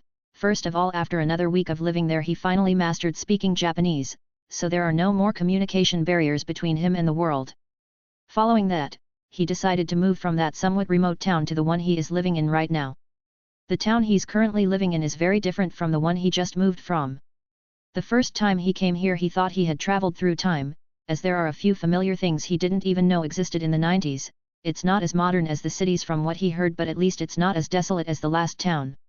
After he moved here, the first thing he did is get money, mostly by selling gold, jewelry, and other means. It was quite easy, as apparently, his ability was quite useful in such regards. Following that, he bought the manor he's currently in and moved in with Saigei. This manor is very big and luxurious, as it has a back garden, a private dojo, and all the other necessary living spaces. The reason he moved here is pretty obvious. First of all, it's a place he can finally settle in for a while. Secondly, this town has a huge population, so he can absorb as much as he wants. Speaking of absorbing dreams, his current perception range increased to 60m, this is thanks to his new strategy. He calls it a strategy, but it's just him simply going for a walk in town at night and absorbing dreams as he passes by every house. Shouldn't the perception range be much higher than it currently if he does this? Lorien thought the same thing at the time, but apparently the higher it gets, the harder the energy required to advance is. For example, to advance from 50 to 50.5 meters may require the dreams of 100 people for a night, but if he wanted to advance from, let's say 60m to 60.5m, the energy required may be as high as 100,000 people or more. The same principle applies for his body, energy, and soul strengthening. The higher it gets, the more energy is needed. But even with this limitation, his physical strength increased a lot, nearly doubling. The same can be said for his energy reserves. As for the last reason, a voice suddenly came from behind the sliding door. Lorien, can I enter? Yet. Hearing this, the door slid open as a slender beauty walked in, her hair tied in a ponytail and blood-red eyes shining brightly. It's obviously Saigei, the only other resident living here apart from Lorien. Looking at her, Lorien's eyes shone as he again confirmed how correct he was by taking her with him. The swordsmanship instructor you asked for has come, he's inside the dojo waiting for you. Hearing what Saigei just said, Lorien laughed happily as he can finally start getting stronger. I'll be right there. Thanks for informing me. No problem. With her job done, Saigei happily walked away humming a little song as she headed towards the kitchen, apparently getting ready to prepare dinner.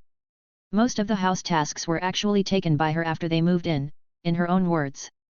I can't live here for free, I need work at least. Speaking of Saigei, she had a huge transformation in mood and personality this past month. It appears that after staying with Lorien for so long and them not facing any other mishaps or becoming unlucky out of nowhere, she finally put her guard down and started enjoying life. And because of this, her relationship with Lorien advanced by leaps and bounds, not a romantic one as of yet, but very close nonetheless, different from the awkward one they had before. But further interactions became a bit difficult because of Saigei's self-esteem problem. Shaking his head lightly, he soon gave up thinking about it as he walked out of the room and towards the dojo. As stated before, the house wasn't huge, so it didn't take long for him to reach it. Even before opening the sliding door, he could clearly see a shadow standing in the middle of the dojo as the doors themselves were translucent. This is the swordsmanship instructor Lorien found for himself after some deliberation. Why even bother looking for a swordsmanship instructor when you can simply wish said knowledge and skills into existence? First of all, the energy Lorien has is still not much, even if it had doubled this past month. Moreover, swordsmanship isn't some normal knowledge, as it holds mystery if trained deep enough. So, the reason he found an instructor is that when using his ability to learn if there is some prior knowledge of the subject, the energy required decreases depending on how deep said prior knowledge is. For example, if he has already mastered 80% of the subject, then his ability will fill the remaining 20% and correct any mistakes he may have had when learning himself. This is much easier than filling the totally of the 100% on its own. This becomes more noticeable the higher the mystery the knowledge holds. Opening the door slowly, a somewhat old man could be seen standing there straight with his katana on the left side of the waist. He had a strong build despite his age, his temple full of white hair, giving off a gentle aura. After observing him for a moment, gave a little bow in his direction and said with a friendly look on his face, "Hello, you are Sodo Torina, I suppose. It's nice to meet you. Please take care of me for this period of time." Even though Lorien didn't like the bowing gesture/culture, he still did it anyway. After all, when in Rome, do as the Romans do. You can't expect the world to revolve around yourself and people to change their preconceived behaviors because of you. Respect goes a long way in making things go smoother no matter where you are. Moreover, Lorien is about to learn from the man, so a bit of respect is to be expected. Of course, mutual respect is expected. This is Lorien's code of conduct: if you respect me I'll respect you, if you don't, hee. Hearing the door slide and seeing Lorien greet him, Sodo, whose mind was wandering God knows where, quickly woke up. Reacting fast, he quickly greeted back with a small bow and replied with a happy smile on his wrinkled face, seeing that his employer probably wasn't a pain in the ass. Hello, Mr. Lorien, I'll be your swordsmanship instructor for this period of time, also please take care of me. Hearing Sodo Torina, trying to call his name but miserably failing to, Lorien almost laughed out loud, but he still barely held himself back. Sodo Torina is actually the master of a nearby dojo and has great skills. He wouldn't usually train students himself, especially beginners like Lorien. But because of the current state of the country, martial arts and swordsmanships are becoming less and less popular, and with Lorien paying a hefty amount of money, an agreement was quickly reached. Even though Lorien's mind was wandering a bit, he still continued to communicate with the instructor in front of him, who just passed him a Buken sword, training sword. Okay, then let's start. Chapter 13, Swordsmanship. Holding the Buken just given to him, Lorien listened attentively to what Sodo was saying. Knowing that Lorien was a complete novice, Sodo first started talking about what swordsmanship is in its spirit, so to speak. He also gave some information about the other central martial arts and so on, basically an introduction to the world of martial arts. Following that, Sodo finally started teaching Lorien about Kenjutsu. Seeing this, Lorien focused all of his attention on him, ready to follow his instructions. You are a novice to Kenjutsu, so I'll start from the basics and tell you our plan for the training. After saying this, he continued. There are 5 basic attitudes/positions, kami, in Kenjutsu. Upper, Joden. Middle, Chuden. Lower, Giden. Ready, Aso. Lower ready, Waki.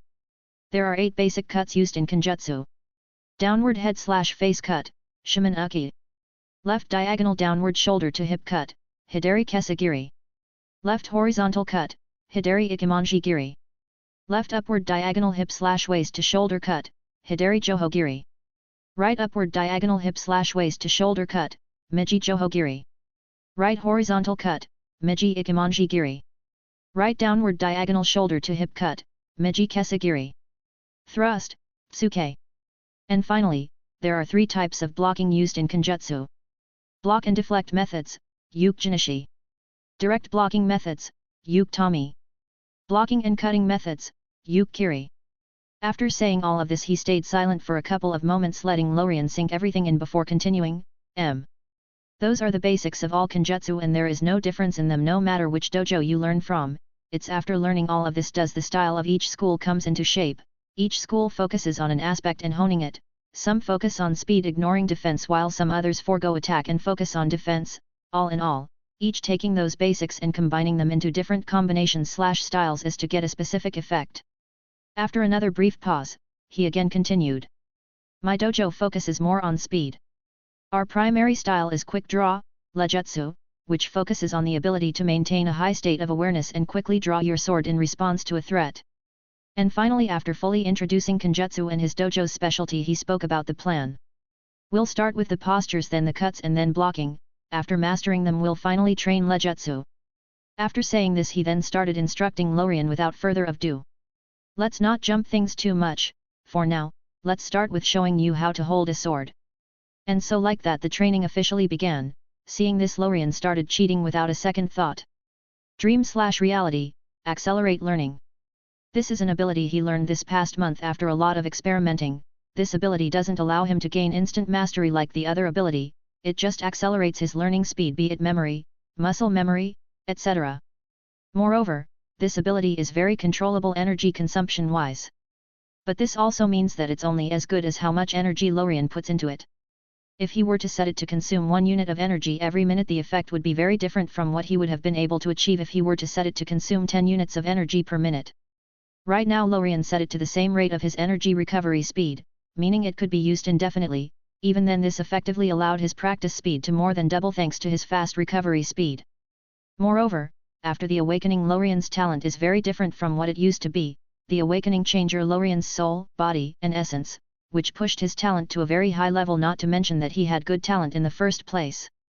So, with Sodo Torina instructing him from the side, he started by teaching him how to hold a sword properly, how to swing it, etc. And after some time he'll let him pause for a while before asking him to do it again on his own to correct the mistakes Lorien makes. Surprisingly for Sodo, it didn't take long before Lorien mastered what he just taught to the point where he can't see any flaws. Seeing this, he started with the next step. A couple of hours later. A genius, maybe he can. Sodo Torina's eyes started shining and his face was filled with shock for a second, which he quickly tried to hide it. In the past couple of hours, whatever it was that Sodo taught, Lorien learned it at a record-breaking speed. Torina, who was on the side instructing, couldn't believe his eyes. It all began when every time he corrected Lorien the mistake won't appear again, and so it didn't take long for him to not find any of them and he'd be forced to move to the next step. And seeing this, he started teaching Lorien the other postures as he was curious as to how much he would be able to learn in one day. And in just a couple of hours, Lorien became proficient in all of the 5 postures and how to strike from them. Of course, proficiency is very far from mastery. Seeing this, Torina almost cursed out loud. It took me a couple of weeks to reach this level at the time. But he was finally able to hold himself back. Just as he wanted to teach him more. Sodo finally noticed that it was getting dark. Seeing this, he gave up and said to Lorien, "Let's stop here today. You did well, I'll be back tomorrow at the same time as today." Hearing this, Lorien finally gave a long sigh of relief, as he was also nearing exhaustion. Even if Sodo wanted to continue, Lorien would have asked him to stop for the day. After sending Sodo off, Lorien went back to his room to clean up and take a bath. Even though this ability effectively consumes 0 energy, I can barely move because of mental exhaustion. Staying fully focused for so long gave me a headache. After having cleaned up and changed clothes, he walked out of his room and towards Saigai's position, as it was probably time for dinner. With this speed, it probably won't take long for me to learn swordsmanship, a couple of weeks or so. After that I'll use my ability to perfect it and make it fully compatible with me. It shouldn't take a very large amount of energy to do so, as it's not learning from 0. How did it go? The sudden voice woke Lorien up. Seeing that it was Saigai, he threw those thoughts at the back of his mind and responded. It was great. Chapter 14, Training. And so in the following weeks, a hellish training unfolded. In the daytime, he'd learn from Sodo with his accelerated learning activated, and then at night, after resting for a while and going for his usual walk to absorb some dreams, he'd use his ability again to perfect what he learned earlier that day. After all, even Sodo the teacher himself didn't practice Kenjutsu to perfection, so you can't expect him to teach Lorien the perfect version. Perfecting them using his ability directly removes those errors and bad habits and turns what he learned into the perfect textbook version. Moreover, it doesn't stop there, as it then adapts whatever he had learned to be perfectly compatible with Lorien. After all, everyone's body is a bit different, and what is perfect for someone is imperfect for others. In the first 4 days, Lorien kept learning those same postures again and again. Even though he had already learned it, Sodo still insisted he'd do it again until he engraves it into his body's instincts. Change fast. Lower ready. Lower. Middle. Ready. Upper. Good job. Now again. Lorien honestly can't tell how many times he did this anymore, and with the use of his ability to accelerate learning and perfect it later on, he now instinctively uses them without having to think hard about how to move and any of that. This is also the reason Sodo asked him to do it again and again, but it appears that Lorien's learning speed surprised the old man again. So fast. It seems that he'll learn everything in about a month more or less. And then after having noticed this, Sodo move her to the next step, which is teaching him how to cut. Now with those postures as a base, you'll learn how to slash. And so Lorien's practice commenced again without further ado, learning the 8 basic cuts. Lorien expected this to be quite fast and easier than what he learned before, as he got used to handling the sword by now. Wrong. Wrong. Wrong. You are just moving your body. Don't forget the mind, Kiken Taichi, mind, sword, body as one. This is the base of a good slash. Harmonize the mind, ki, sword, ken, and the body, tai. You need to integrate all 3 elements together to maximize your power. When you feel the harmony, I am so sure you'll know what I mean. It is important to keep your body and mind in balance. Even when your body is fine and your mind is as sharp but they are not in balance, your strike won't be good. That is how important to harmonize these 3 elements. Lorien quickly came to realize how gravely mistaken he was, as it appears that this cutting part is the most important in all the practice. He should have thought of this earlier as it's the main component of Kenjutsu. This part of the training was the longest so far as it effectively took him 2 weeks to finish. This is thanks to his ability, or else it would have taken him at least twice as much time. And even then it would have been record-breaking time, as his own innate talent without the use of any auxiliary ability is very high. The next step was blocking and deflecting. This was quite easy and fast and only took a couple of days to finish. The training part for this was also quite exciting, as Soto took a buken and attacked him over and over again until he could effectively defend. Having finally finished all the basic steps, or as what Soto called it, foundation, he could finally move forward, and that is Soto's dojo specialty, and that is quick draw. At that moment he was given a real katana, as it was needed to practice quick draw. The training for this was a bit special, as it only one single move that was very simple, and Lorien learned it to perfection in just 1 day. But it didn't stop there. Or it could be said that the quick draw practice began at that moment.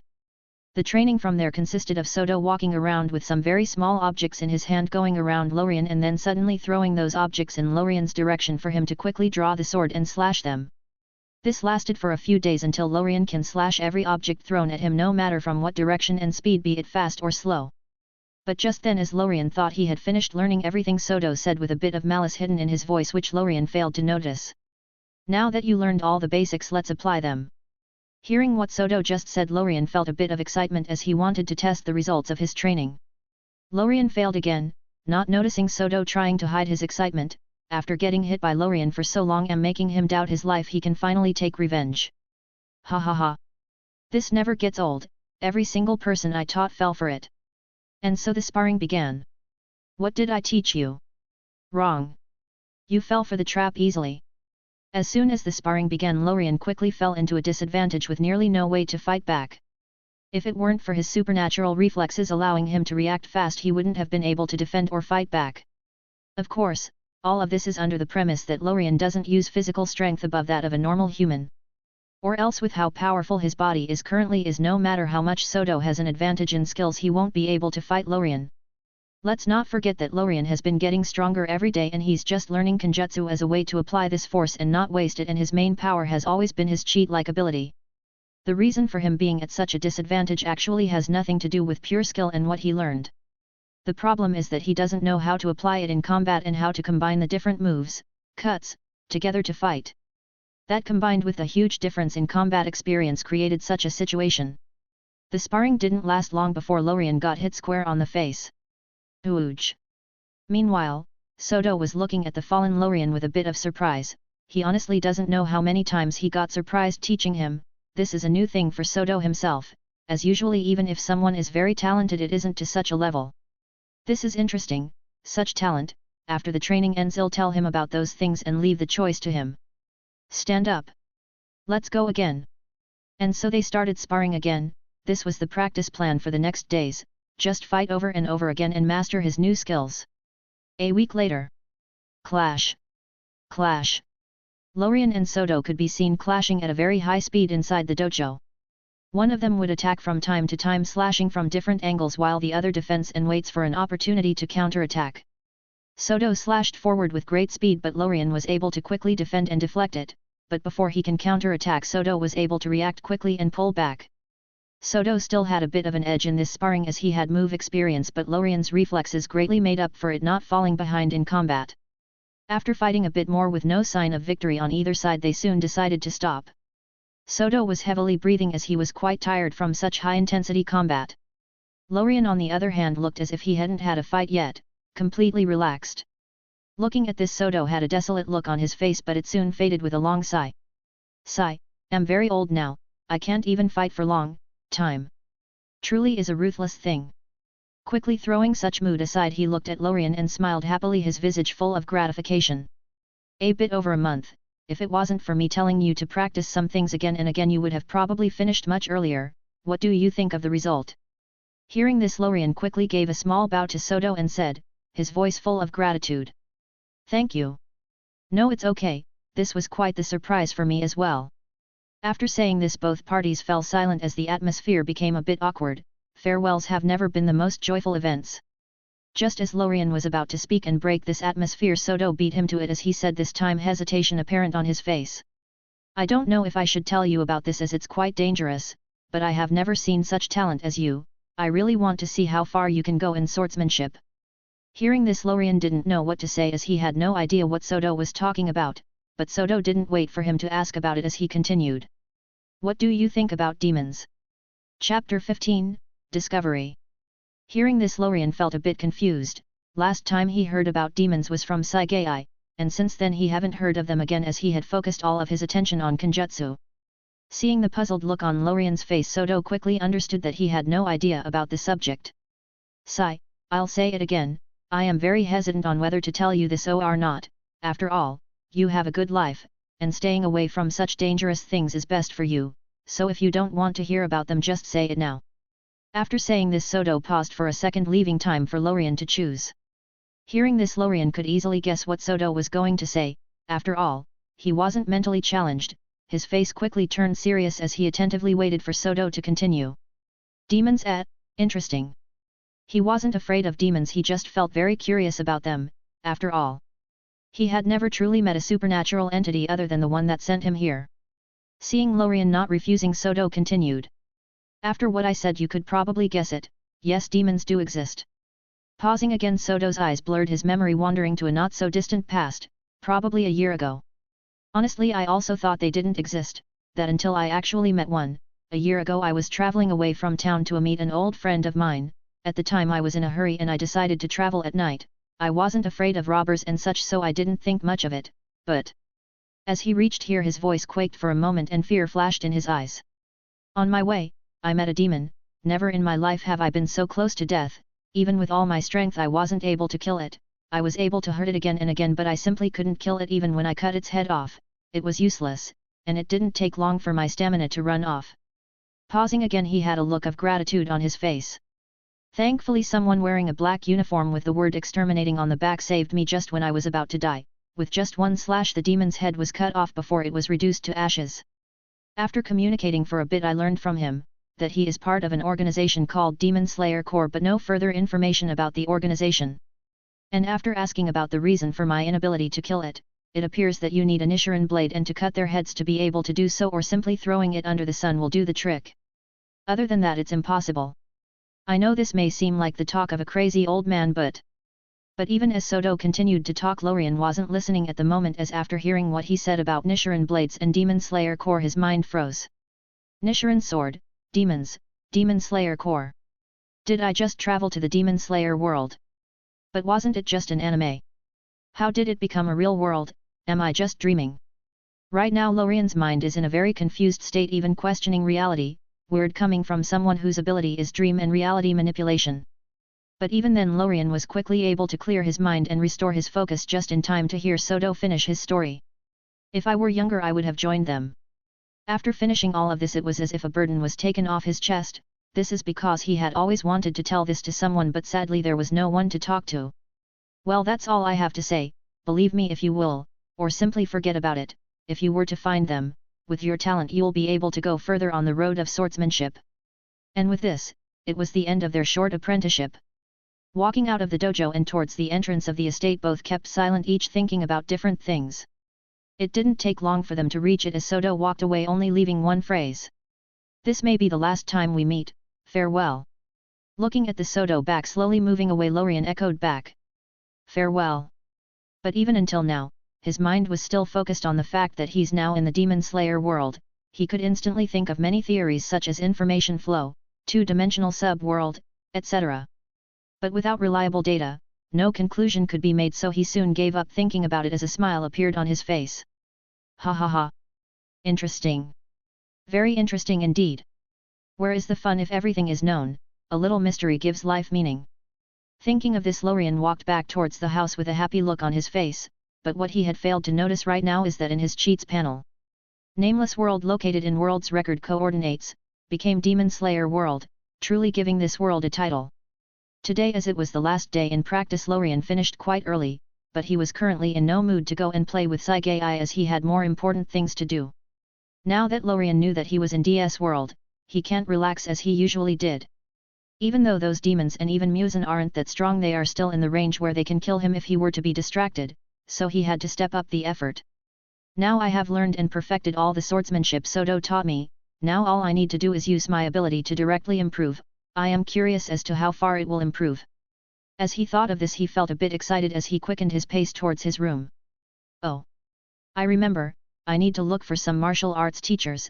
Swordsmanship isn't enough, I need to be in contact with the target so that reality can work. Moreover, without touching the target I can't use my ultimate ability dream/reality to erase my enemy from existence. So martial arts are a very good choice for me right now. I need to strengthen myself as much as possible. Chapter 16, Perfect. Inside his room, Lorien can be seen sitting on the bed he created a couple of weeks ago as he couldn't get used to the futon. Unable to hold his excitement, he didn't wait any longer and used his ability to directly improve his swordsmanship. Let's begin. Dream/reality, improve Kenjutsu. And as soon as it was used, all the swordsmanship knowledge in his mind started colliding and expanding, getting more and more refined as new different ways of attack, defense, appeared. This continued for a while until some sort of limit was seemingly reached, making it impossible to improve by just adding new ways of attack, defense, sword drawing, and making it more complex. So following that, it started going the opposite way, and that is from complex to simple, or more commonly known as returning to basics. The swordsmanship knowledge in his mind, be it old or new, started becoming simpler and simpler until only the basics he started with and the much simpler and refined sword drawing technique were left, effectively leaving only the essence. This is not to say that all the prior knowledge and gains were thrown out of the window, as all the essence was merged into the basics. And it didn't stop there, as Lorien's ability was still operating. As after only the basics were left, it paused for a moment before it started turning those basics, posture, attack methods, and defense, and the sword drawing into instincts. With every source energy consumed, this knowledge gets engraved deeper and deeper into his being. This lasted for a while until it wasn't able to improve anymore, as this knowledge truly became an instinct. Following that, it seems that Lorien has truly reached the limit, as the energy consumption suddenly skyrocketed, but there was no further improvement. It's just as if it was thrown away. This is a true limit, as any further improvement will be touching mystery and the extraordinary with pure swordsmanship. Right now Lorien's swordsmanship has truly reached the absolute peak in what is mortally possible in pure swordsmanship, although at just the mortal level with no mystery in it. Of course, that's without the use of any other techniques. If someone had some sort of weird technique to boost swordsmanship, he may be able to match Lorien even if he were worse in pure skills. After trying a couple more times to no avail, Lorien soon gave up, as it was clear that no matter how much he burns now, he won't improve anymore.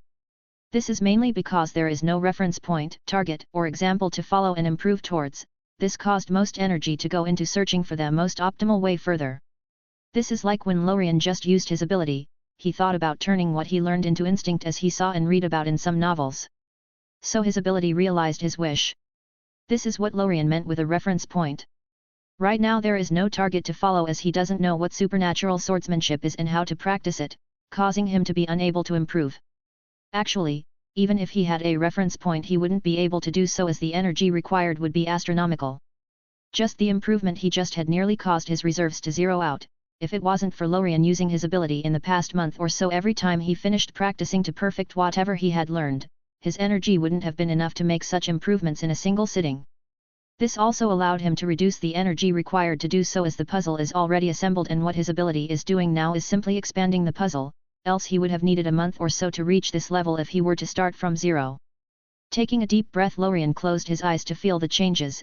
After a while, he opened them again. Stood up as he held the sword that was next to him. He then started with a sword draw, then defended, following that he slashing forward before going back to defense. It was as if he was fighting an invisible enemy. This went on for a while before Lorien stopped. This feels completely different. Right now when slashing, Lorien doesn't have to think about the trajectory of the slash, its speed, etc. Now when he attacks or defends, all he has to do is simply think and his body will act in the most optimal and perfect way possible, derived from all the knowledge he merged into the basics. This is very similar to writing, as you don't think about how to write every single character and how to move your hand, all you do is think of the word you want to write and your body will write it instinctively.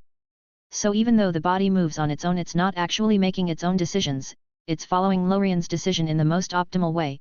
It is the equivalent of penmanship in writing.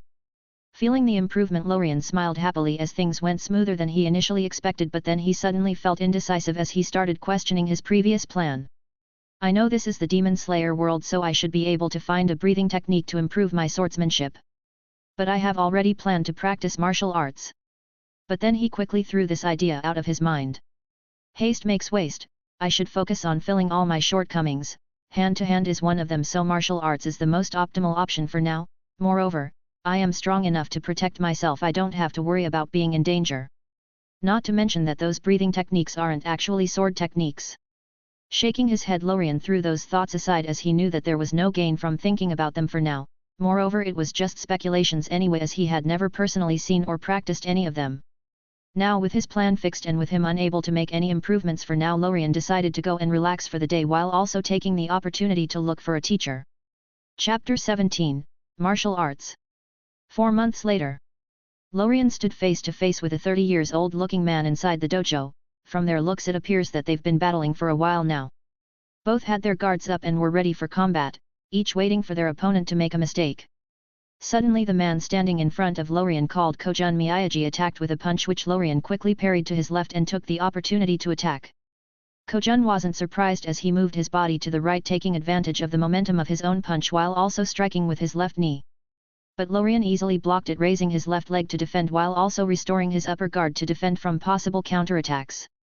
With their legs clashing, both stepped back, distancing themselves from their opponent as they waited for their next opportunity. Soon after, Lorien took the initiative as he attacked with a punch which Kojun parried and easily counterattacked. Seeing a punch coming his way, Lorien pretended as if he was going to parry it.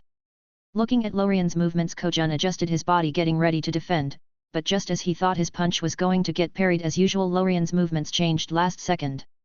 Instead of palming the punch coming his way in another direction, he clamped Kojun's wrist, taking advantage of his momentum. He gave Kojun his back and did a quick back throw, causing Kojun to lose balance and fly in the air. This happened too fast, causing Kojun to be unable to react as he soon fell to the ground with a loud crashing noise declaring the end of the battle. Huff huff, indeed a genius, as I've heard from the rumors, you are really a monster, said Kojun in between heavy breaths, his voice full of envy, awe and many other complex emotions. Hearing this, Lorien shook his head, and instead, he sincerely thanked Kojun while extending a hand towards him to help him up. Thank you for teaching me those couple of days. Holding the hand extended to him, Kojun pulled himself up as he curiously asked. So, Lorien will keep looking for more martial artist masters after this? Hearing this question, Lorien paused for a second as if thinking about it before refusing. No, this is the last one. Even if I learned more, I most likely won't gain anything new. Indeed, all martial arts have a lot in common, Kojun was quick to affirm, before continuing again. I have already taught you all I know, even though it only took a couple of days. It was quite the eye-opener. Hearing this, Lorien knew that this was the end of another mentorship relationship, so he quickly walked with Kojun to the door of the estate to send him off. After doing this at least 9 to 10 times, Lorien was used to it, so there wasn't much regret or other emotions, not to mention that they only knew each other for a couple of days. Kojun is the last martial arts master he will practice with. He is a very talented man and the creator of the Goju-ryu martial arts which he taught to Lorien. Looking at Kojun's fading back, Lorien couldn't help but think of what happened in the past 4 months. After perfecting his swordsmanship, he turned his attention to martial arts. The first martial art he learned was Aikido because it was a bit famous even though it wasn't its peak period yet, 1960 to 1970. So a mentor was easy to find. It took him 2 weeks to learn it, much faster than it did for swordsmanship. That was mostly thanks to his higher source energy reserve, which greatly increased alongside his physical prowess in that month of training. But Lorien knew that other mentors weren't so easy to find, as most of them were in totally different cities or towns. If he wanted to learn many martial arts, he would have to move from one town to another each time, which would be a huge waste of time. Lorien knew this even when he had just begun practicing Aikido, so he made a plan based on the psychology of those masters, and in his own words. If I can't go look for them, let them come look for me.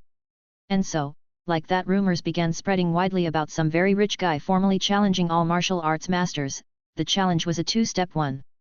The first step: he'd battle any challenger, and as long as they can win him, he'd pay them a huge sum of money. The second step is that if they were willing to teach him their styles and he couldn't learn them in 2 weeks, he'd pay them another sum of money. The rumors took a while to propagate, even with Lorien paying people to spread the word, but apparently, it was effective enough as Lorien quickly faced his first challenger. This mentor was also attracted by the rumors, and after making sure the deal is true, they started fighting without further ado. In this battle, Lorien actually lost. Well, he lost on purpose as he needed someone to earn something to make the challenge credible and not just some random baseless rumor. Lorien doesn't care much about money as his ability makes him a money printing machine. The reason he made this challenge a two-step one is to make sure that the one coming to challenge him is a true master of his art and not just some random guy wanting to earn some easy money. So after making sure that this is a real master, Lorien made an intentional mistake and lost. Following the battle, Lorien gave the man what he promised, and then he made another deal with him to teach him his style, which the man quickly agreed to. This time it took Lorien 9 days or so to completely master the style. More than half a week shorter than the time it took him to learn Aikido. This is because of the overlap between martial arts and the fact that Lorien's energy reserves keep increasing daily, which means Lorien can burn more energy, causing him to learn faster.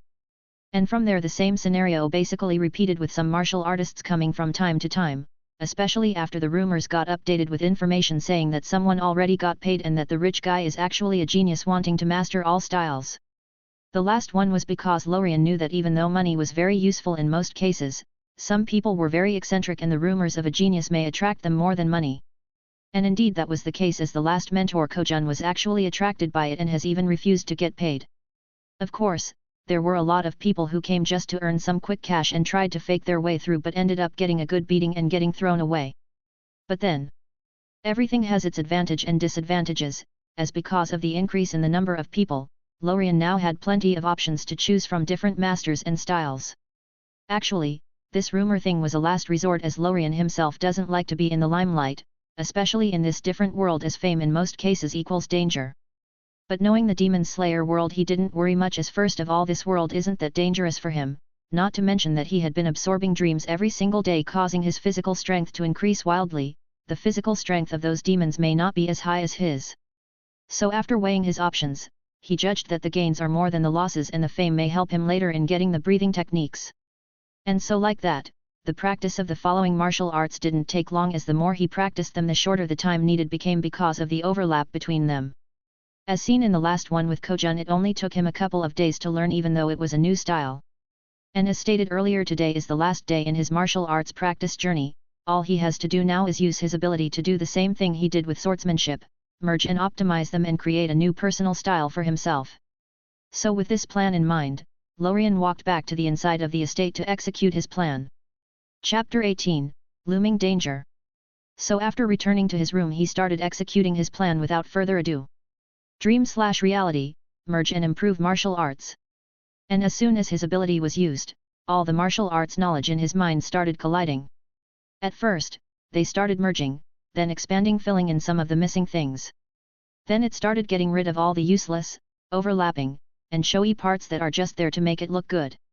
What Lorien wants is a combat and battle-ready martial art, not something to use for a street show. After a while all the martial arts in his mind were gone, only leaving a new nameless one that combined the essence of all the others while also simplifying it and leaving only the needed moves. Following that, his ability started optimizing it and adapting it to Lorien's body, making some minor changes here and there. Then with his ability still operating, this martial art started getting engraved into his instincts bit by bit, much like what happened with Kenjutsu. After a while, Lorien can feel that this engravement came to an end as the energy consumption suddenly spiked, meaning that any more improvement will be beyond the mortal level. And like that, it didn't take long for this new martial art to reach the same level as that of his swordsmanship, the peak of the mortal level. Feeling this, he decisively stopped as to not waste energy.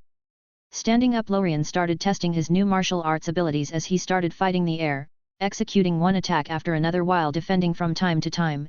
It was as if he was fighting an invisible opponent. This went on for a while before he took a deep breath and stopped, his mind wandering a bit. It's identical to swordsmanship, I don't have to think about how to attack. Feeling this, a happy smile appeared on his face. Obviously, Lorien was in a very joyful mood. I only have one shortcoming now. And that's long-range attacks. But after thinking about it for a while, he gave up as he couldn't think of any effective way to solve this issue. If he wanted to do long-range attacks, he would at least needs to be able to manipulate the energy inside his body, which he is currently unable to for some reason, no matter how much he tried. Right now the source energy inside his body can only be used as fuel and nothing more. I'll leave it for last then. After deciding to put it aside for the moment, Lorien looked at the slowly recovering source energy inside his body. It should be enough to start deducing the supernatural level. I can do it like I first did with Japanese, a portion every night until it is completed. I don't have to master it all in one night. Just as Lorien was thinking about his next target, a voice suddenly came from behind the closed door. Lorien, are you there? Hearing this voice, a happy smile appeared on Lorien's face as he walked to the door, opening it. As soon as Sagai saw Lorien, her eyes shone as she quickly took his hand and started pouting. "You promised we'd go out together today. Did you forget?" Hearing this, Lorien instantly remembered, he had truly forgotten about it, but obviously, he won't say it. "No, I just went to the room to get ready." Hearing this, Sagai looked at Lorien without doubtful eyes. It appears she didn't believe it. After all, they've been living together for half a year and they know each other pretty well.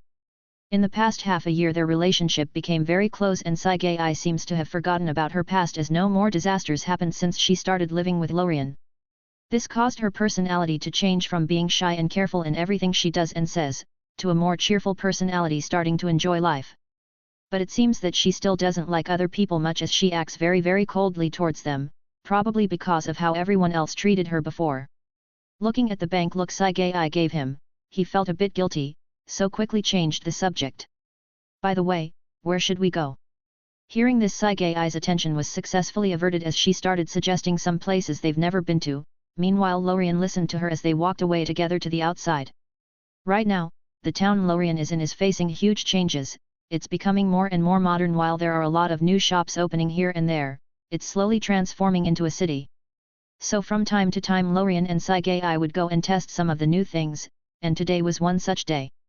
While walking towards a newly opened shop, Sagai said curiously, "Lorien, why do you always practice?" Hearing this question, Lorien was taken back for a moment, but he then answered vaguely with a laugh. "Who knows, maybe you'll become like me one day, ha ha ha ha." But she quickly denied it as she shook her head heavily. "I don't want to be a training maniac like you." Actually, Lorien has been a bit hesitant about awakening Sagai's talent. It wasn't a loyalty problem or anything, as even if he were to be a very distrustful, he can just make a contract similar to the one he made with the woman that sent him to this world when awakening her talent. That woman already gave him some information about how to make this contract alongside some other information about life levels, etc., which he still hasn't checked yet as he thought they weren't very useful for now. Chapter 5, last paragraph. The reason he didn't do it was because of her mental state and that there was no opportunity to do it. When did this open? Just then Sagai's voice pulled him out of his line of thoughts. Looking towards where she was pointing, he saw a newly opened restaurant which he haven't gone to yet. Visiting different places such as restaurants became a hobby for Lorien since he came to this world, as it allowed him to experience this era more closely, so him seeing something new instantly made him curious. "Wanna try it?" "Okay. Let's check it out." The same night, the moon shone brightly in the night sky, illuminating a bloody spectacle.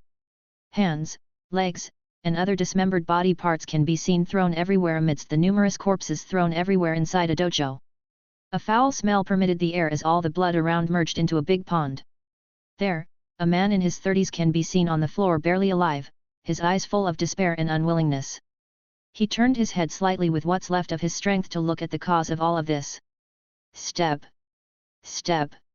Step. There, a tall and muscular young man with blue patterns all over his body could be seen walking slowly in this direction. He had bright pink hair, and yellow eyes that had the words upper rank and 3 written inside them in kanji. Weak. This word was full of an unbelievable amount of disgust, as even the skin on the demon's body crawled because of it. It looked as if he was about to throw up. Seeing this, the man seems to have thought of something as he yelled with all the strength he had left. "Wait!" But seeing that the demon in front of him not caring about him and continuing to walk in his direction to finish the job, he remembered what the demon asked when he just came. "Are you a martial arts master?" So thinking about the target of the demon, he thought of someone he just met not long ago. It was as if discovered the ticket that could save his life, so he continued yelling, trying to save his life. I know where you can find the best martial artist." Hearing this, the demon paused for a second as he was visibly interested. Seeing this reaction, hope ignited as he continued as fast as he could, knowing that he discovered what the demon really wanted. "I know where you can find a genius who practiced all martial arts to perfection. He is in Yume town. Just don't kill me, I already told you everything." Hearing all of this, the demon stopped walking, as a happy smile full of excitement appeared on his face. "Mastered all martial arts, ha ha ha." Seeing the demon stop and his attention completely transferred from him to the information he just said, the man heaved a sigh of relief, thinking that the danger already passed. And as he thought of the information he had just given, hatred and jealousy appeared in his eyes, but then those emotions turned into joy. "That's what you get for beating and then refusing me." A genius, ha ha ha ha. More like a dead one. If Lorien was here he would have recognized the man as one of the masters that came to challenge him but ended up getting beaten. To be honest, his martial level wasn't that bad but it wasn't great either, so Lorien refused to allow him to try the second challenge. It seems that he held a grudge because of it. Just then, as the man was daydreaming, a swish sounded in the air accompanied by a change in his perspective. A moment earlier he was looking at the ceiling, but now it appears that he is spinning around in the air, but then he noticed a familiar body on the floor. Is that my? And before he could even finish the thought, everything returned to darkness. The demon stood there only giving the dead body one last look before running out of the dojo. His direction is Yum Town. Chapter 19, Resolve. A few nights later, Lorien can be seen inside his room testing new ideas and applications of his ability after the usual night walk. He passed those last couple of days learning how to use his martial arts, swordsmanship, and his ability together in combat. And it all went very smoothly with nearly no setbacks other than the limitations set by his energy reserves and his inability to directly manipulate the source energy inside his body, causing him to be unable to try some things. Other than that, there were no hiccups as he now can use his ability skillfully alongside his martial arts and swordsmanship. This is mainly because of the nature of his ability, as the only true limit he has is his imagination. In particular, the nature of his ability allows him to simply try anything he thinks of. And then he will instantly know if it is possible. Most of the time it is, unless it's something absurd that will require an absurd amount of energy. This allowed him to be able to use his abilities in combat in such a short period of time. The reason he didn't try doing this earlier is that at the time he hadn't learned any combat skills such as martial arts and swordsmanship, and all the knowledge he had about combat came from movies, anime, and some YouTube videos. This caused all the abilities he thought of to be very buggy and absurd, requiring a lot of energy and being not very suited for combat or being too simple. But now, after 6 months of training, he made a huge transformation, be it in power or vision. This enabled him to be able to use his ability more efficiently and flexibly in combat and not just use it as a fixed ability like it's from a video game. And so, this new vision for combat allowed him to exert his imagination to its full extent. And right now he is testing the possibility of long-range reality bending through a proxy such as air. After trying for a while, Lorien held his forehead as he released a long sigh full of exhaustion. It's indeed possible, but nearly useless at the same time. Shaking his head, he decided to put it aside for now and test some other thing. Meanwhile, just when Lorien was practicing, he didn't know that an uninvited guest broke into the estate. If Lorien were to see him, he'd instantly recognize him as Akaza. After all, that pink hair and the blue patterns on his body are very unique, not to mention that the kanji written in his eyes are like an identity card. Entering the estate, Akaza didn't even try to hide himself as he walked in as if he owned the place. Akaza has very strong and honed sensory abilities, able to sense things outside the normal range of perception, which enables him to sense the auras of demons and humans at a huge distance away. But after he entered the estate, his excitement turned into bewilderment. Did I come to the wrong place? Why can I only feel the presence of one person here? And it's very weak. But even as his thoughts turned, his movements didn't stop as he rushed towards the location of the presence he felt. Meanwhile, Saigei was sitting in the backyard looking at the bright moon in the sky, her mind wandering to God knows where. The moonlight shining on her body created a picturesque scene, further enhancing her beauty. After a while, she turned her eyes to the direction of Lorien's room before giving a long sigh. Sigh. Such a beautiful night, should I call him out? As she thought of this, her face turned a bit red, obviously a bit shy. But before she could think of anything else, a swish noise sounded as Akaza suddenly appeared in front of her. Hey? A woman.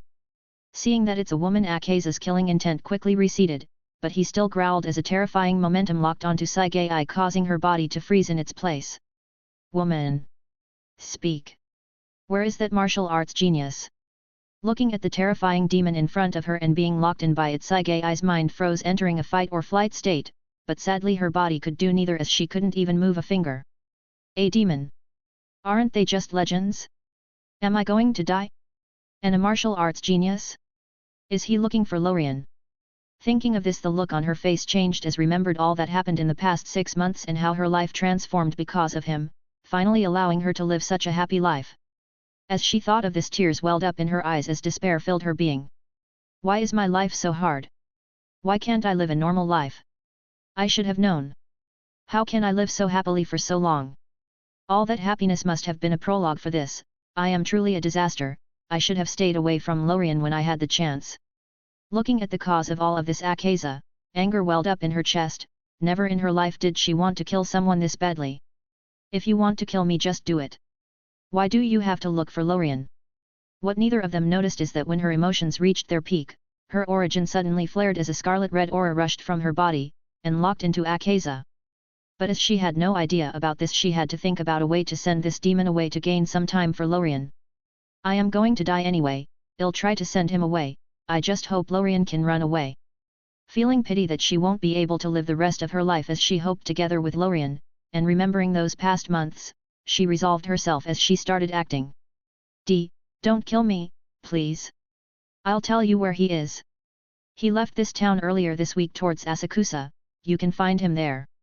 After finishing speaking, she closed her eyes waiting for death, but after waiting for a while the blow she was waiting for didn't appear, but it was something worse as she only heard one word as a hand suddenly pinched her neck. Liar. The reason Akaza said this is because he has the ability to feel fighting spirit and killing intent, and in his perception, Sagai was oozing with killing intent and resolve, but her actions were the opposite, so it was very easy to tell that she was lying. Hearing this, the despair she held back earlier was completely released as she couldn't think of any way now to get out of this situation. Speak, woman, where is he? But Sagai just looked at Akaza indifferently, refusing to speak. Right now if she could move she would have spat on his face. Luckily for Sagai, Akaza doesn't kill or eat women, as he was just scarring her, or else if it was Doma she would have long been dead. But what none of them noticed it that the energy that was attached to Akaza started consuming quickly, apparently doing something. Meanwhile, Lorien, who was practicing in his room, suddenly felt a call. It was as if something was calling him in a certain direction. This call pulled him from his practice, and the more the scarlet energy got consumed, the stronger this call became. He now can clearly feel that its origin is about hundreds of meters away. Even though it was outside his perception range, it should still be inside the estate, as this manor was a bit huge.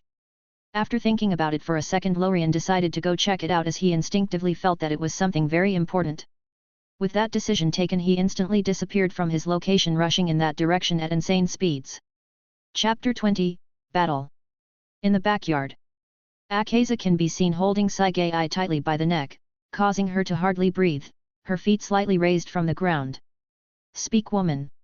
Where is he? But even in this situation, despite how close to death she currently is, she just looked at him indifferently, refusing to talk. But then, at this moment and before anyone could react, the sound of a sword unsheathing sounded, followed by a sword trail in the air. Swish! Followed by this sound, Akaza's hand holding Sagai suddenly got cut from the forearm, then this slash was followed by a quick side kick into Akaza's abdomen, which sent him flying. The impact was so strong it caused him to hit the ground and then crash into the estate's wall. Are you okay? Looking at the Lorien who suddenly appeared saving her just now, Sagai didn't look happy at all, rather she tried to warn Lorien, her voice full of panic. It's not a human. It's a demon. Run.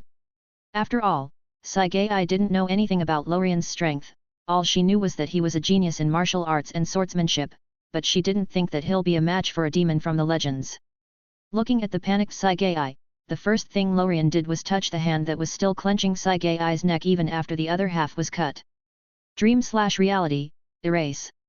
The moment his ability was activated, the hand instantly disappeared as if it was never there. Looking at the somewhat disheveled and panicked Sagai, Lorien wanted to calm her down, but he knew that it wasn't time for that, as he had a bigger issue to face and there was not enough time.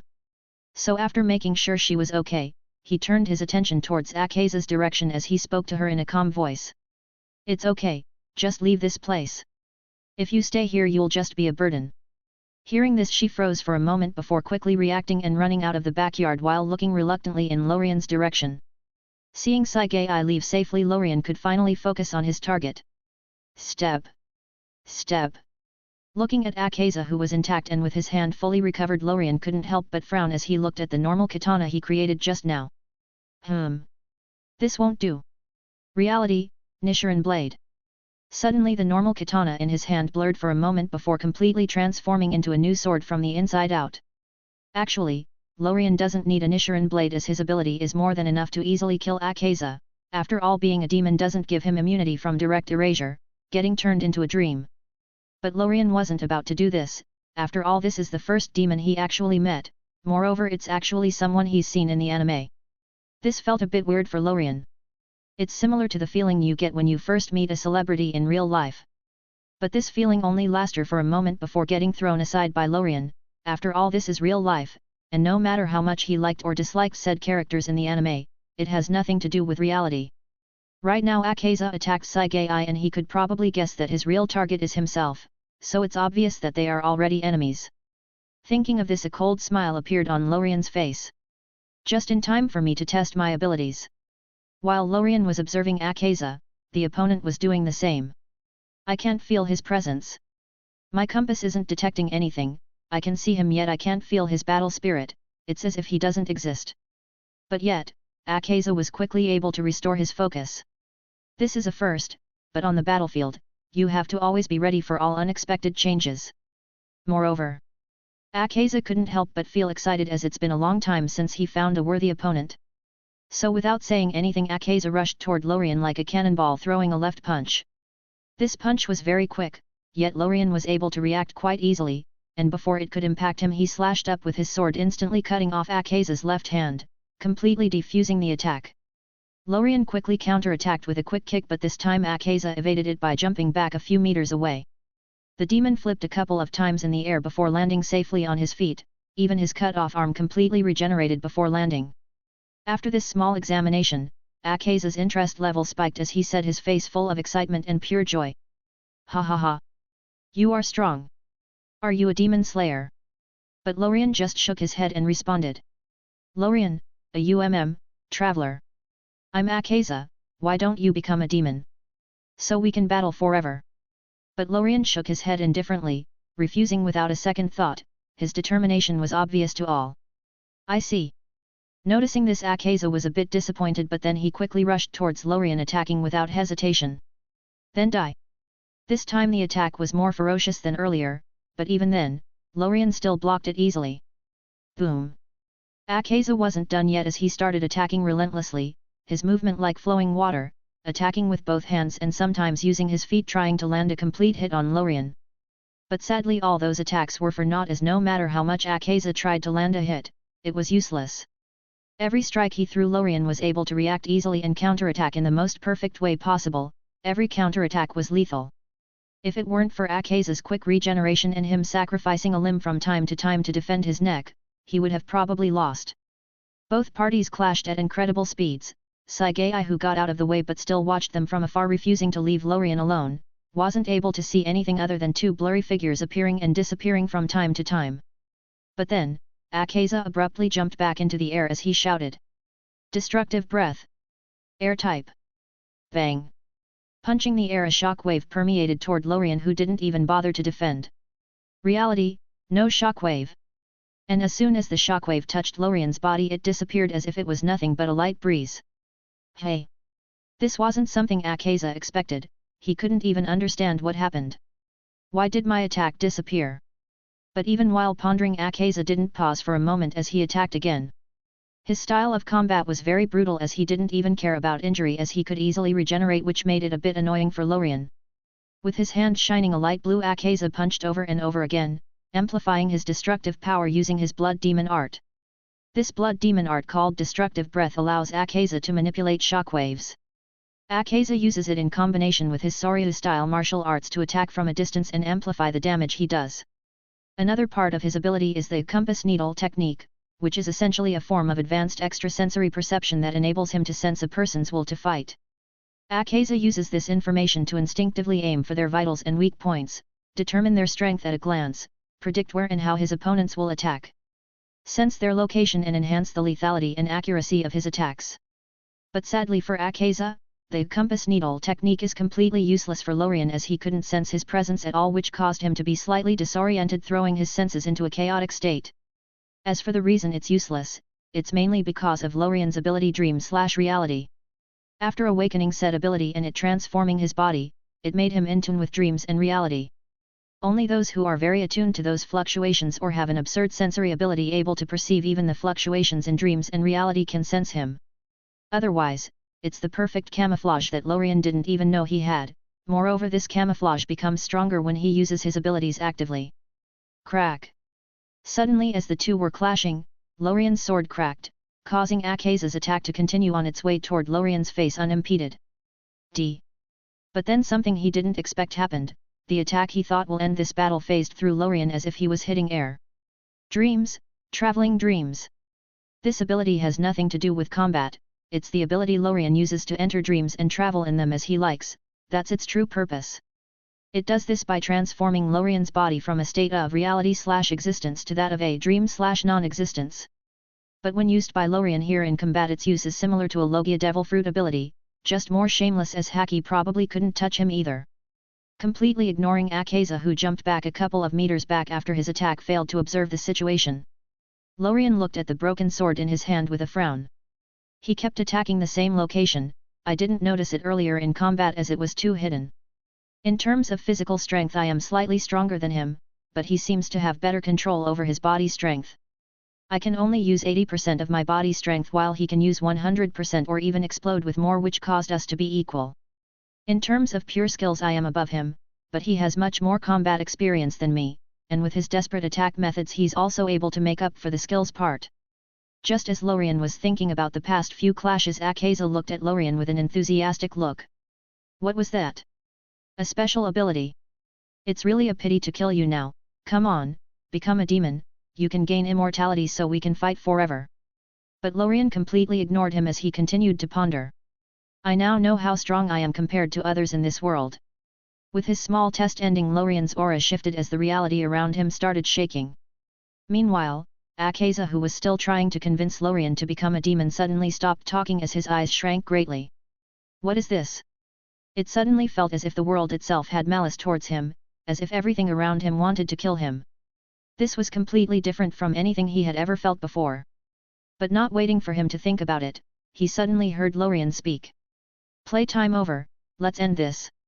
Chapter 21, Gratitude. Playtime over, let's end this. Right now Akaza wasn't feeling good at all, the malice he felt from the world kept getting stronger by the second. His instincts are giving danger warnings non-stop, but the issue is that there is no specific direction. This is what it really feels like to fight a reality bender, you are not just battling the human in front of you, but also part of the world they control. This is completely different from the fight earlier where Lorien kept holding back and only using martial arts and the bare minimum of his ability. He did this for two reasons. The first is to test his current strength level with the minimal use of his ability and only using martial arts and swordsmanship. Secondly, it's to recover some source energy before truly starting the battle.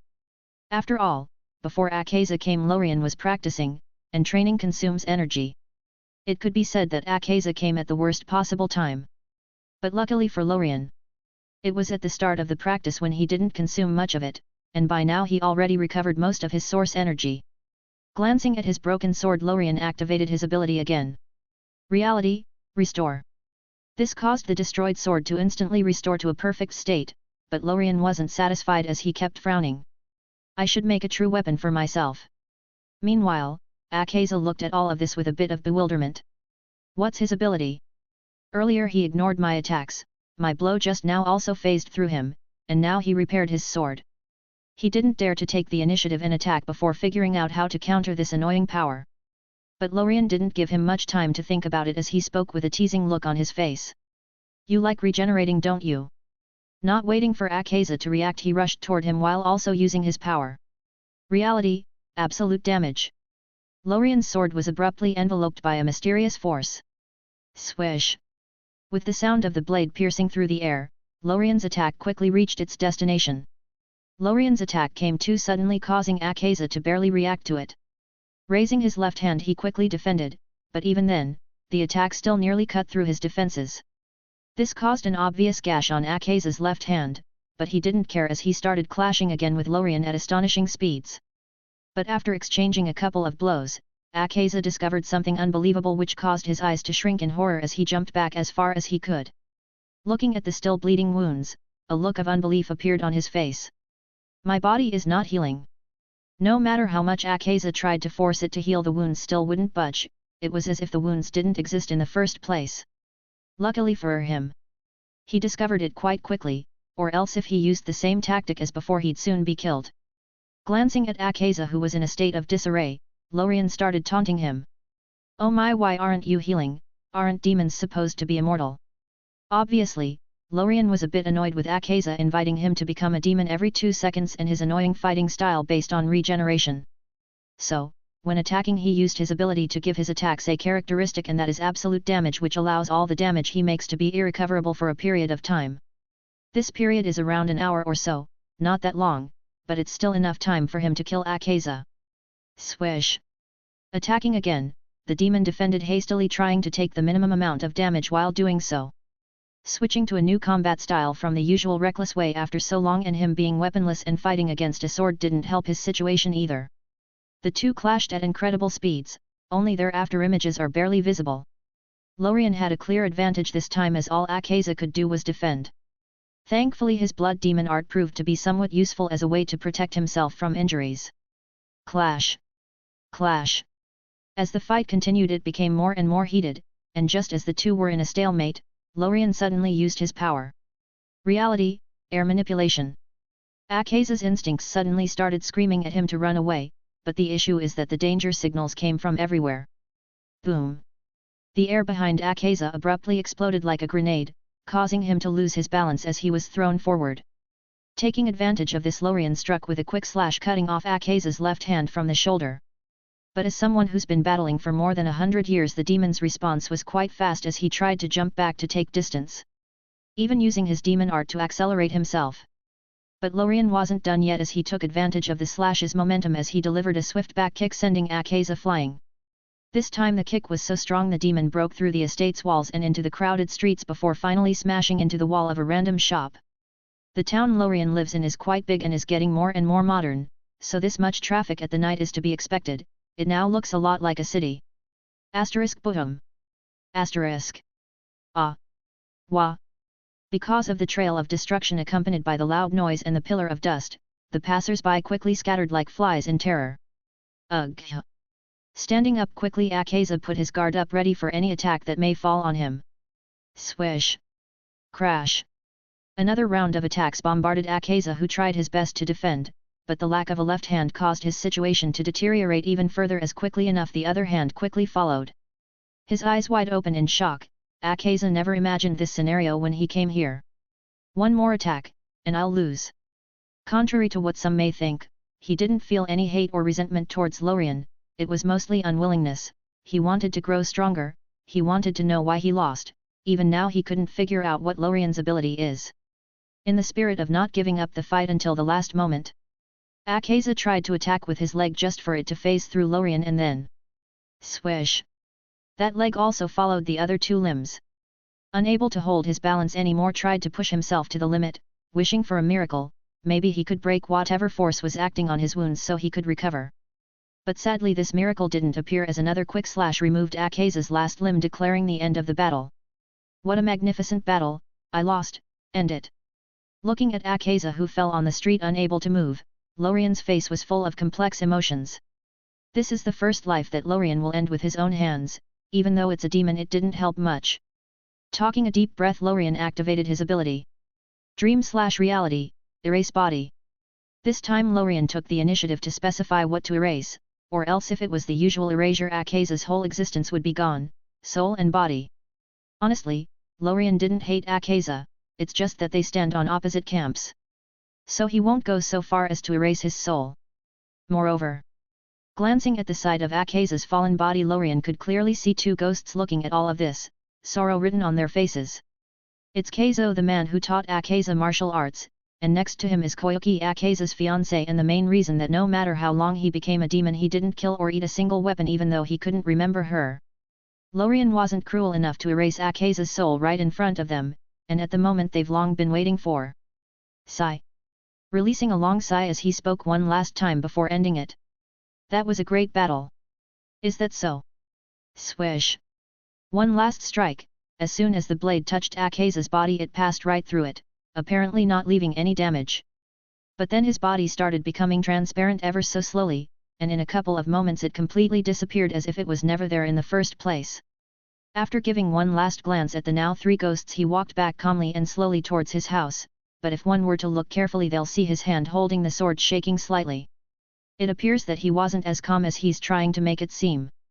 But just after a couple of steps he stopped as he heard a whisper full of gratitude coming from behind him, causing Lorien to break into a smile as he visibly relaxed. Thank you. Its origin is, Akaza. Chapter 22, Police. Meanwhile, inside the Infinity Castle, Kibutsuji Musen, who was reading a book, suddenly froze, his eyes suddenly turned cat-like as veins appeared in his temple, irritation obvious on his face. Akaza, that trash. He got killed. Musen wasn't actually angry because of Akaza's death. To him, all demons were just tools he could discard whenever he wanted. The reason for their existence is just to find the blue spider lily. But that doesn't mean that he won't react, similar to how after the death of Lower Moon 5 Rui, he just got rid of the rest of the lower moons. But what he wanted now, is to get information. After all, the death of an upper moon is a very rare thing. Meanwhile, unaware of the storm brewing, Lorien walked through the broken wall that was damaged because of the battle that just happened. He felt very exhausted, the source energy inside of his body reached a record low. If he hadn't ended the battle as fast as he did, no one knows what would have happened.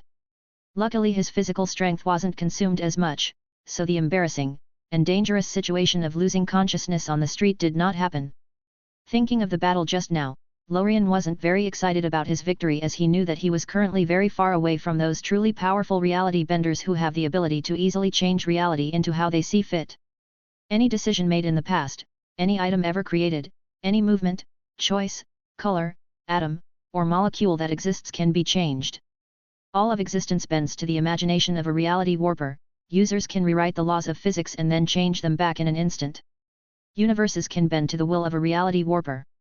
Compared to them, Lorien, who is currently very much limited by a lot of factors such as energy, law, and authority, is really too weak. If you look carefully at the battle that just happened, you'll notice that Lorien used his ability only on himself or his own attacks most of the time. The only time he used it on the surroundings was when he manipulated the air around him to attack.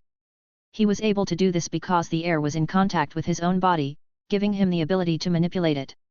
But what truly consumed the most of his energy was absolute damage, because it's a concept, and those things consume a lot.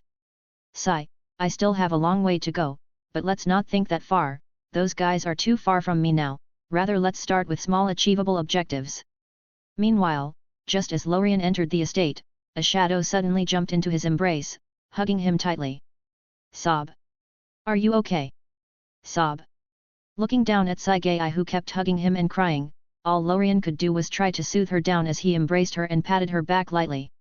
I'm okay, the demon is dead, you don't have to worry. But that didn't help much as she spoke with a low voice mid-sobs. It's all my fault. I always bring bad luck. Before she could finish speaking, Lorien suddenly held her cheek and raised her head. Looking up, Saigai's eyes were very red and puffed from crying. She didn't look all that great. But then, Lorien suddenly lowered his head as he stole her lips. Saigai's eyes instantly went wide open in shock as she could feel an object invade her mouth. After a couple of symbolic pushes, she closed her eyes and started cooperating with him as they entered into a tongue-twisting battle. A minute or so later they finally broke the kiss, only a silver line still connecting them, which also collapsed. Bowing her head shyly, Saigai's face instantly turned rosy, her mind was now in shambles, her emotions in a weird state as she went from one end of the spectrum to the other. Looking at her like this, Lorien really wanted to give it another go, but he still held on in the end as he caressed her cheeks. Okay, don't talk about it again. Just then Lorien suddenly noticed the red hand mark caused by Akaza on Saigai's neck. Seeing this, Lorien frowned as he used what is left of his source energy to silently cure it. Luckily it was just a mark and nothing more, there was no actual injury or damage. Thinking of what transpired earlier, he couldn't help but be grateful that it was Akaza who attacked today. If it was some other demon, Saigai would have been dead. And so he finally made a decision. Hey, Saigai. Yeah. Do you want to become strong and get rid of your bad luck? Huhh. She quickly raised her as she looked at Lorien's face to see if he was just joking with her. Seeing that he looked serious, she hurriedly asked. Get rid of my bad luck? How? About 10 minutes ago she met a demon, moreover, she just saw Lorien fight it, both of them using some sort of supernatural ability. She didn't have much knowledge about that mysterious part of the world, but him having a solution for her problem wasn't that far-fetched as far as she could, moreover she believed he wouldn't lie to her. Her bad luck is too weird, it doesn't look like normal luck at all, it's more like a curse. She now wonders if some sort of demon or god cursed her. That's what you focus on. Did you ignore the first half of my phrase? Hearing the part she focused on, Lorien's mouth couldn't help but twitch a bit, but he still vaguely answered her. I'll explain everything tomorrow and help you, today I'm too tired. After saying this he stayed silent for a moment before continuing as he looked behind him in the direction of the gap he just walked in from. Moreover, we have some guests. Hey! Step! Step! Raising her head she saw some police officers rushing in their direction. Okay, you go rest for today, I'll deal with them, tomorrow morning I'll help you. Nodding her head she reluctantly got out of his embrace and started walking away. Seeing this, Lorien then turned his attention toward the police. No matter what world, culture, or era it is, always late to the party. He wasn't surprised to see them, after all the battle between him and Akaza spread into the street. If they didn't come and check out what happened they shouldn't get paid. A pain in the ass, doesn't matter though, I'll just bribe them or something. Moreover, the higher UPS probably know about demons. Chapter 23, Awakening. Early in the morning, the next day. After breakfast, Lorien took Saige to a nearby forest outside the town. After all, he still remembers what happened last time when he awakened. He doesn't want his house to explode or anything like that, so awakening here away from everyone is the safest choice. Are you ready? Before coming here Lorien already explained to her what an origin/talent is. He also took the opportunity to explain to her the existence of demons and the like. But he chose to not talk about other worlds as he thought it's too much for the time being. After all, it was yesterday that she knew demons exists, so, jumping too many steps will only lead to confusion and no real gain. Seeing Saige nodding and then sitting against a tree, he called out the treasure inside his body, causing a menu to abruptly emerge in front of him. Worlds. Talent. He then chose talent, which caused the two options to appear, only leaving a new one. Awaken. Clicking on it, a familiar feeling appeared, allowing Lorien to choose a target to awaken. So, without wasting any more time he directly selected Saige. Lorien was a bit curious about what her talent is. He knew that she should be very talented, as only in this situation will her talent overflow on its own. From the signs and the observations he did, her talent should be related to luck, or more precisely bad luck. It may also be something like calamity, tribulation. While Lorien was still pondering, Saige's awakening had already begun.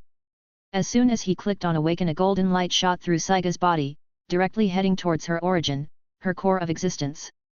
This of course caused her to instantly lose consciousness.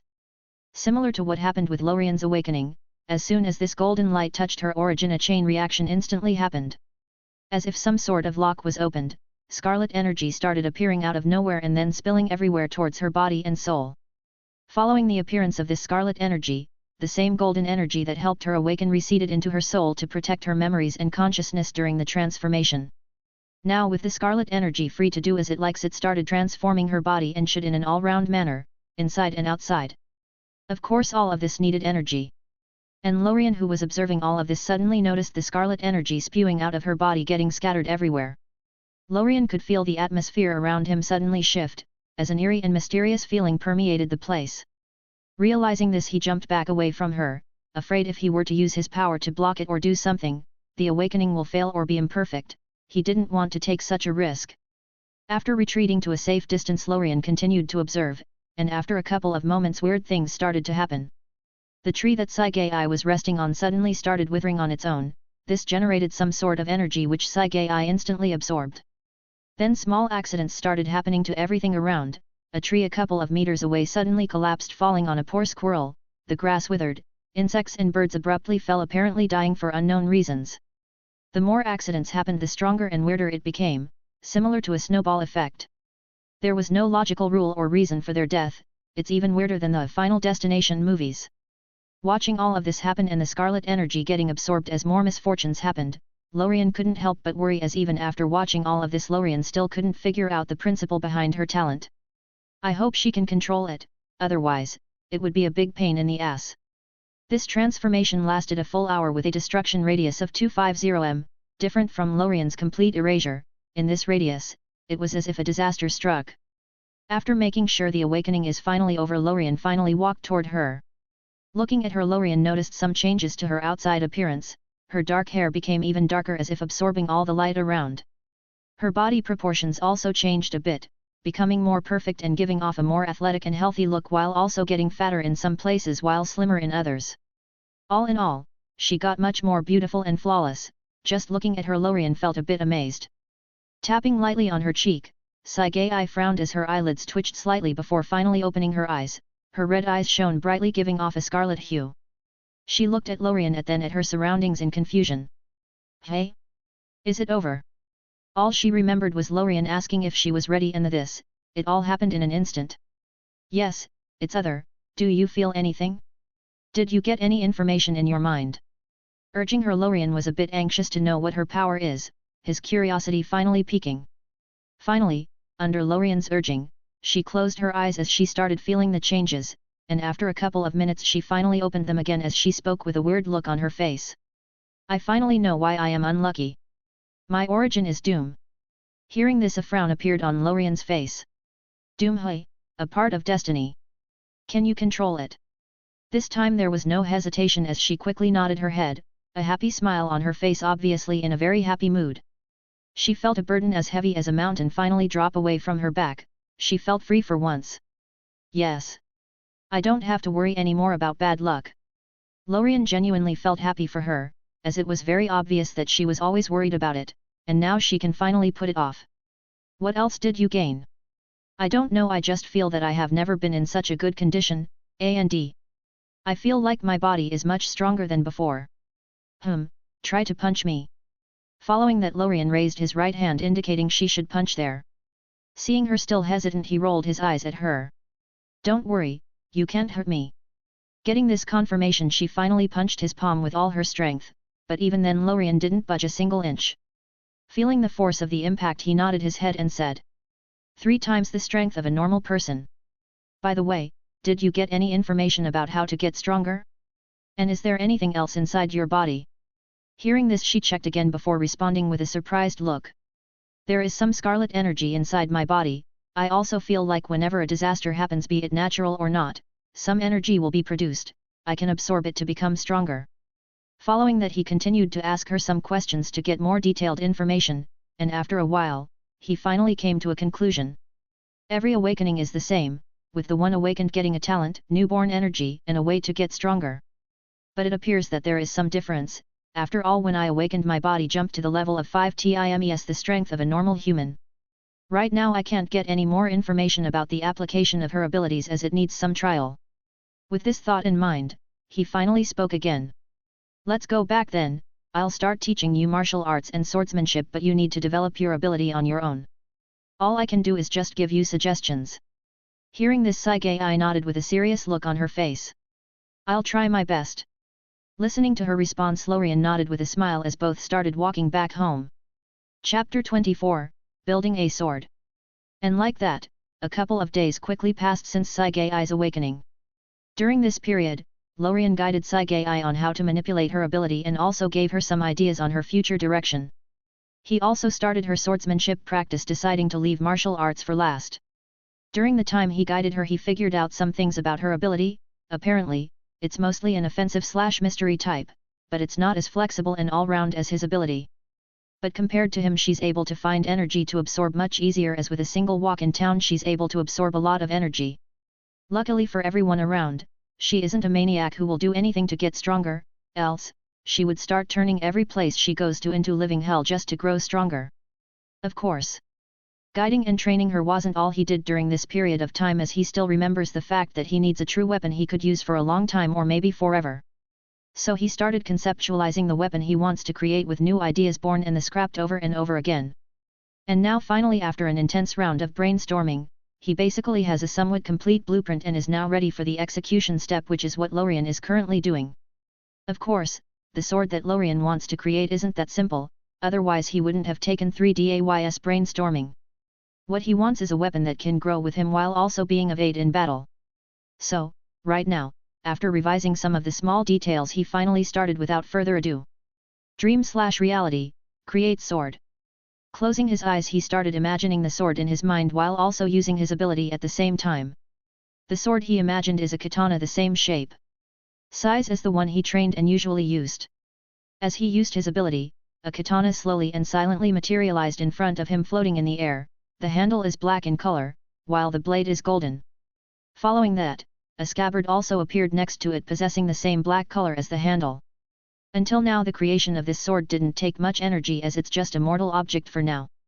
When creating it right now Lorien wished for the strongest mortal weapon, so this katana and scabbard are made of a combination of unknown materials reaching the peak of what normal humans can theoretically create. But of course, it isn't over yet, and to be more precise it has just begun. What Lorien needs to do now is give this sword some powers. This is the tricky part, his energy isn't enough to directly bestow the abilities he wishes it to have. So, after a bit of pondering he came up with an idea. And that is giving it a seed of power/concept. Doing so enables it to grow, as those abilities will become stronger the more energy he puts into the sword in the future, while also saving energy as he doesn't have to instantly make the sword possess said ability. With his power still in effect, he then created some seeds. The first few of ones are for the sword itself, with the seeds being energy accumulation seed. This will give the sword the ability to accumulate energy like a power bank. This energy can then be used to recover Lorien's own source energy or directly burst all of it in one strike, and the higher the level of the sword is the more energy it can accumulate. Immortal Slaying Seed. This is similar to the ability Lorien used against Akaza, preventing regeneration and causing permanent damage. And the higher the level of the sword the more powerful it becomes. From inflicting damage and preventing recovery on a physical level to the soul level and then to a conceptual level and even more. Toughness Seed. This is very straightforward as it simply increases the toughness of the sword, preventing it from getting shattered or destroyed. This also improves with the level of the sword. Sharpness Seed. This simply increases the sharpness of the sword, as after all, if a sword isn't sharp enough, can it really be called a sword?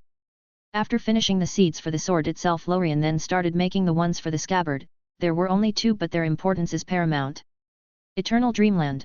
This ability is a fully defensive one. It basically creates a domain around Lorien, separating and isolating him from the outside world, giving him effectively absolute defense, which is very similar to Avalon. Of course, in the early stages, this defense may not be that great and its power will only show when that simple domain transforms into a true world. Until then the scabbard creates a simple domain with the power to turn all incoming attacks into dreams. As long as the attacks don't bypass a certain level they won't cause any damage. Recovery. This will help recover basically anything. The sword if it were somewhat damaged in battle, or Lorien himself if he is injured, as after battle he may not have enough energy to activate his ability to recover. Lorien realized this after his battle with Akaza, when he barely had enough energy to help Sagai recover a very small wound. Okay, Lorien admits he may have taken some inspiration from Avalon, but he can't be blamed as those abilities are really great. Now, with everything finally ready, he proceeded toward the last step. Waving his hands, those seeds flew each towards their own targets, 2 toward the scabbard and the rest toward the sword. As those seeds disappeared into the weapon, a transformation visible to the naked eye occurred. Mysterious patterns and runes appeared silently on the body of the blade, scabbard, and handle. Those runes kept on materializing, changing, and merging as the transformation continued. And after a while it finally ended with the sword getting a more noble and supernatural look. Right now anyone could tell that this sword isn't normal just by looking at it once. The scabbard and handle that had a normal black color now had golden patterns on them, while the blade had black runes running all the way to its tip.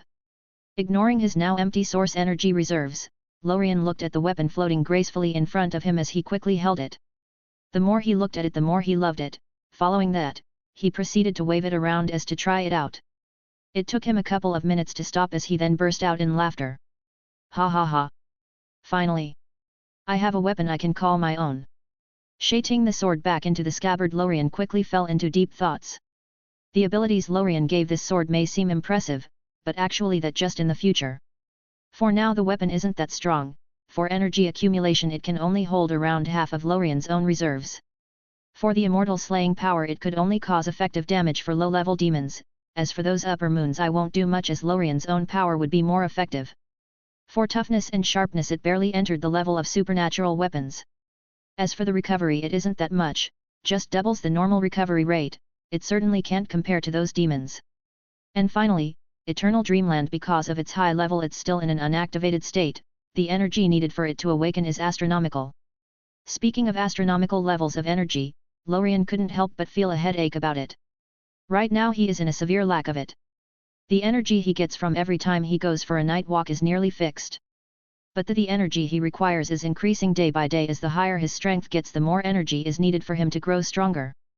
And now he has another sword to feed, not to mention that he wants to try and use the learning acceleration on Sagai, which also requires energy. At the moment, Lorien's perception range is about 80m, and even if he keeps getting stronger he can't see himself getting past the 150m range in this world. Honestly, there is not much difference between 80 and 150 meters in this context, so Lorien always wanted to find a way to get energy faster and more efficiently. Sigh. Rubbing his temples, Lorien gave out a long sigh as he decided to put it aside for now as to think about it slowly. I'll wait for an out-of-nowhere epiphany, those things usually come when I am taking a shit. Chapter 25, Life Levels and Paths. Now with the weapon finally made and the energy problem put aside, Lorien turned his attention towards something else. It's some information he has always left aside as he didn't think he'll currently need it. Lorien received this information a very long time ago alongside some other things which he has already checked out, Chapter 5 before author note. But now that he reached a certain limit, this left-out knowledge became of great use as it'll give him a wider perspective, making him know where he currently stands and give him a direction to move toward. To be exact, it's information about life levels and the different levels of strength in different worlds. The first thing it talked about is the life levels. But before going into the divisions, one needs to know what it means first. Improving the level of one's own life is what everyone pursues, be it consciously or instinctively. There are many paths or ways to improving said life level. It could be by cultivation, magic, ability, martial arts, eating treasures, etc. The possibilities are limitless. All those paths essentially strive toward one common objective, which is in a simple term evolution. But even then, there exists a lot of difference between each way. Some paths focus on evolving the soul while others on the body. There are also some paths that purely focus on the energy aspect, and in some rare cases some paths take the pure mystery as the main evolution target. Some may even go as far as to abandon all other aspects and focus on a single one. So, there are no standard/common cultivation levels or anything like that. It varies a lot from one world to another. Each possesses its own unique features, advantages, and limits, and this makes it impossible to compare combat powers between different systems, as one can only be as strong as his weakest link. But even then, all paths are essentially moving in the same direction. So we can use the results as a way to approximately estimate in a very broad and general way the different life levels in the boundless nothingness containing an infinite number of worlds. Nothingness is the place all worlds exist in. It existed before all worlds, eternal. Moreover, no one knows how big it is and what it hides. Moreover, if anything below the level of a world enters, it will get erased by the power of nothingness, not to mention the other dangers lurking there. According to the information he received, it can be divided into several levels. Mortal. This level refers to the ordinary. They are beings with no extraordinary powers, normal humans, animals. Extraordinary, it's those who can use supernatural abilities beyond the ordinary. Rule/law level, it's those who can manipulate or use the rules, laws, and concepts. Transcendent, it's simply those who can match a world, single universe, on their own. But actually, that statement isn't entirely correct, as the full name of this level is transcending the world and reaching nothingness. So the most indicative feature of this level isn't its combat power, it's the ability to survive in nothingness where the rules and laws of the world are non-existent. The combat power is actually secondary. Authority, its full name is imposing authority. Those beings have the power to not just survive in nothingness but also use their full power without worrying about backlash or constraints, imposing their own mystery on the canvas called nothingness. Generally, beings reach this level when they are at the multiverse level of strength, but this is just an estimate. And this level is also the one that the woman who sent Lorien to travel is currently in. As for the life levels beyond this, there is no information about it, just some very vague guesses, as even that woman has no clear information about it. She's also just groping ahead. Else, if she knew how to reach it, she wouldn't have been forced so far as to try and create a helper. She would have probably focused all of her attention on achieving it first, as one's own power is the most reliable. Right now all she could do is make some guesses and try things over and over again, as she doesn't have a clear path forward and no guide to help her. But the only thing she's sure of is that there exist more life levels and higher levels of power, but she didn't state why exactly. After checking this information, Lorien was able to quickly identify the level he's in. It's obviously the extraordinary level, making him officially a full-fledged newbie. Of course, Lorien knew that life levels aren't always equal to strength. After all, it's called life levels rather than power levels because what they represent is the path of evolution of different beings towards a higher level of existence, not higher destructive power or strength. In some rare cases, some extraordinary level life forms can even beat law level beings, example, Goku, Saitama, etc., and some high life level beings may be very weak despite their life level and immortality. Moreover, the power level of each life level may vary very widely. Let's take the level Lorien is in at the moment. the extraordinary level. It may range from those who can barely bend a spoon with their mind to some guys like Goku and Saitama. And who knows, maybe there exists someone in the endless nothingness who practiced a certain aspect to the point of beating everyone without touching the laws. But, this unclarity is only at the extraordinary and law levels. For higher levels the level is very distinct, as without a certain level of comprehensive strength you won't be able to survive in nothingness. And if anyone at the extraordinary level is somewhat able to survive in nothingness, then he can't be called that at all, he'll become a transcendent. After all, if he was able to survive in nothingness, it means that one of his aspects, be it soul, body, or energy, had already reached the required level of evolution to survive there. Technically speaking, Lorien right now is very close to the law level and can even be called a false law level, or else he wouldn't be able to use his ability as a cheating device. This has something to do with the nature of his power, as all he needs to reach the next level is to condense his authority. This may sound simple, but it's actually not. It's a huge hurdle to bypass, which may require Lorien to travel a lot of worlds before he reaches the minimum requirement. The path Lorien is walking right now is the ability path, with the martial path as the auxiliary one. For the ability path, it is quite simple to improve and has a very straightforward road. Just keep absorbing energy and absorb the advantage and specialties of each world to complete and perfect his own path. As for the martial path, it's a bit more complex, as it can also be divided into several levels, but each world basically has a different division for it. So Lorien will use the martial path of the eternal world as a template. This division is very similar to the life level division, with it starting at mortal level, martial arts without supernatural abilities, which is the level Lorien is currently in. Extraordinary, martial arts now hold some mystery in them, be it attributes, energy, etc. Law/rule level, but more commonly known as reaching the gods with martial arts. At that level, whatever it may be, martial arts, swordsmanship or spearmanship, it holds a concept or law in them. Example, Queen of the Land of Shadows Scat Hatch. Ultra Instinct, DBZ, also called the state of the gods, etc. And by then it's just honing those concepts more and more, and there is no upper limit, as everyone has already chosen their own way by then. The stronger the mystery they hold, the stronger they become. After absorbing and analyzing this information for a while, Lorien finally opened his eyes, releasing a long sigh as his eyes became clearer. Obviously this information was very beneficial for him. So that's how it is, makes sense. After analyzing this info, Lorien now had a clearer understanding of his future path in martial arts and the evolution of his life level. It seems that all the plans I made earlier were correct. But, I really need to find a way to get more dream energy first. Thanks for listening.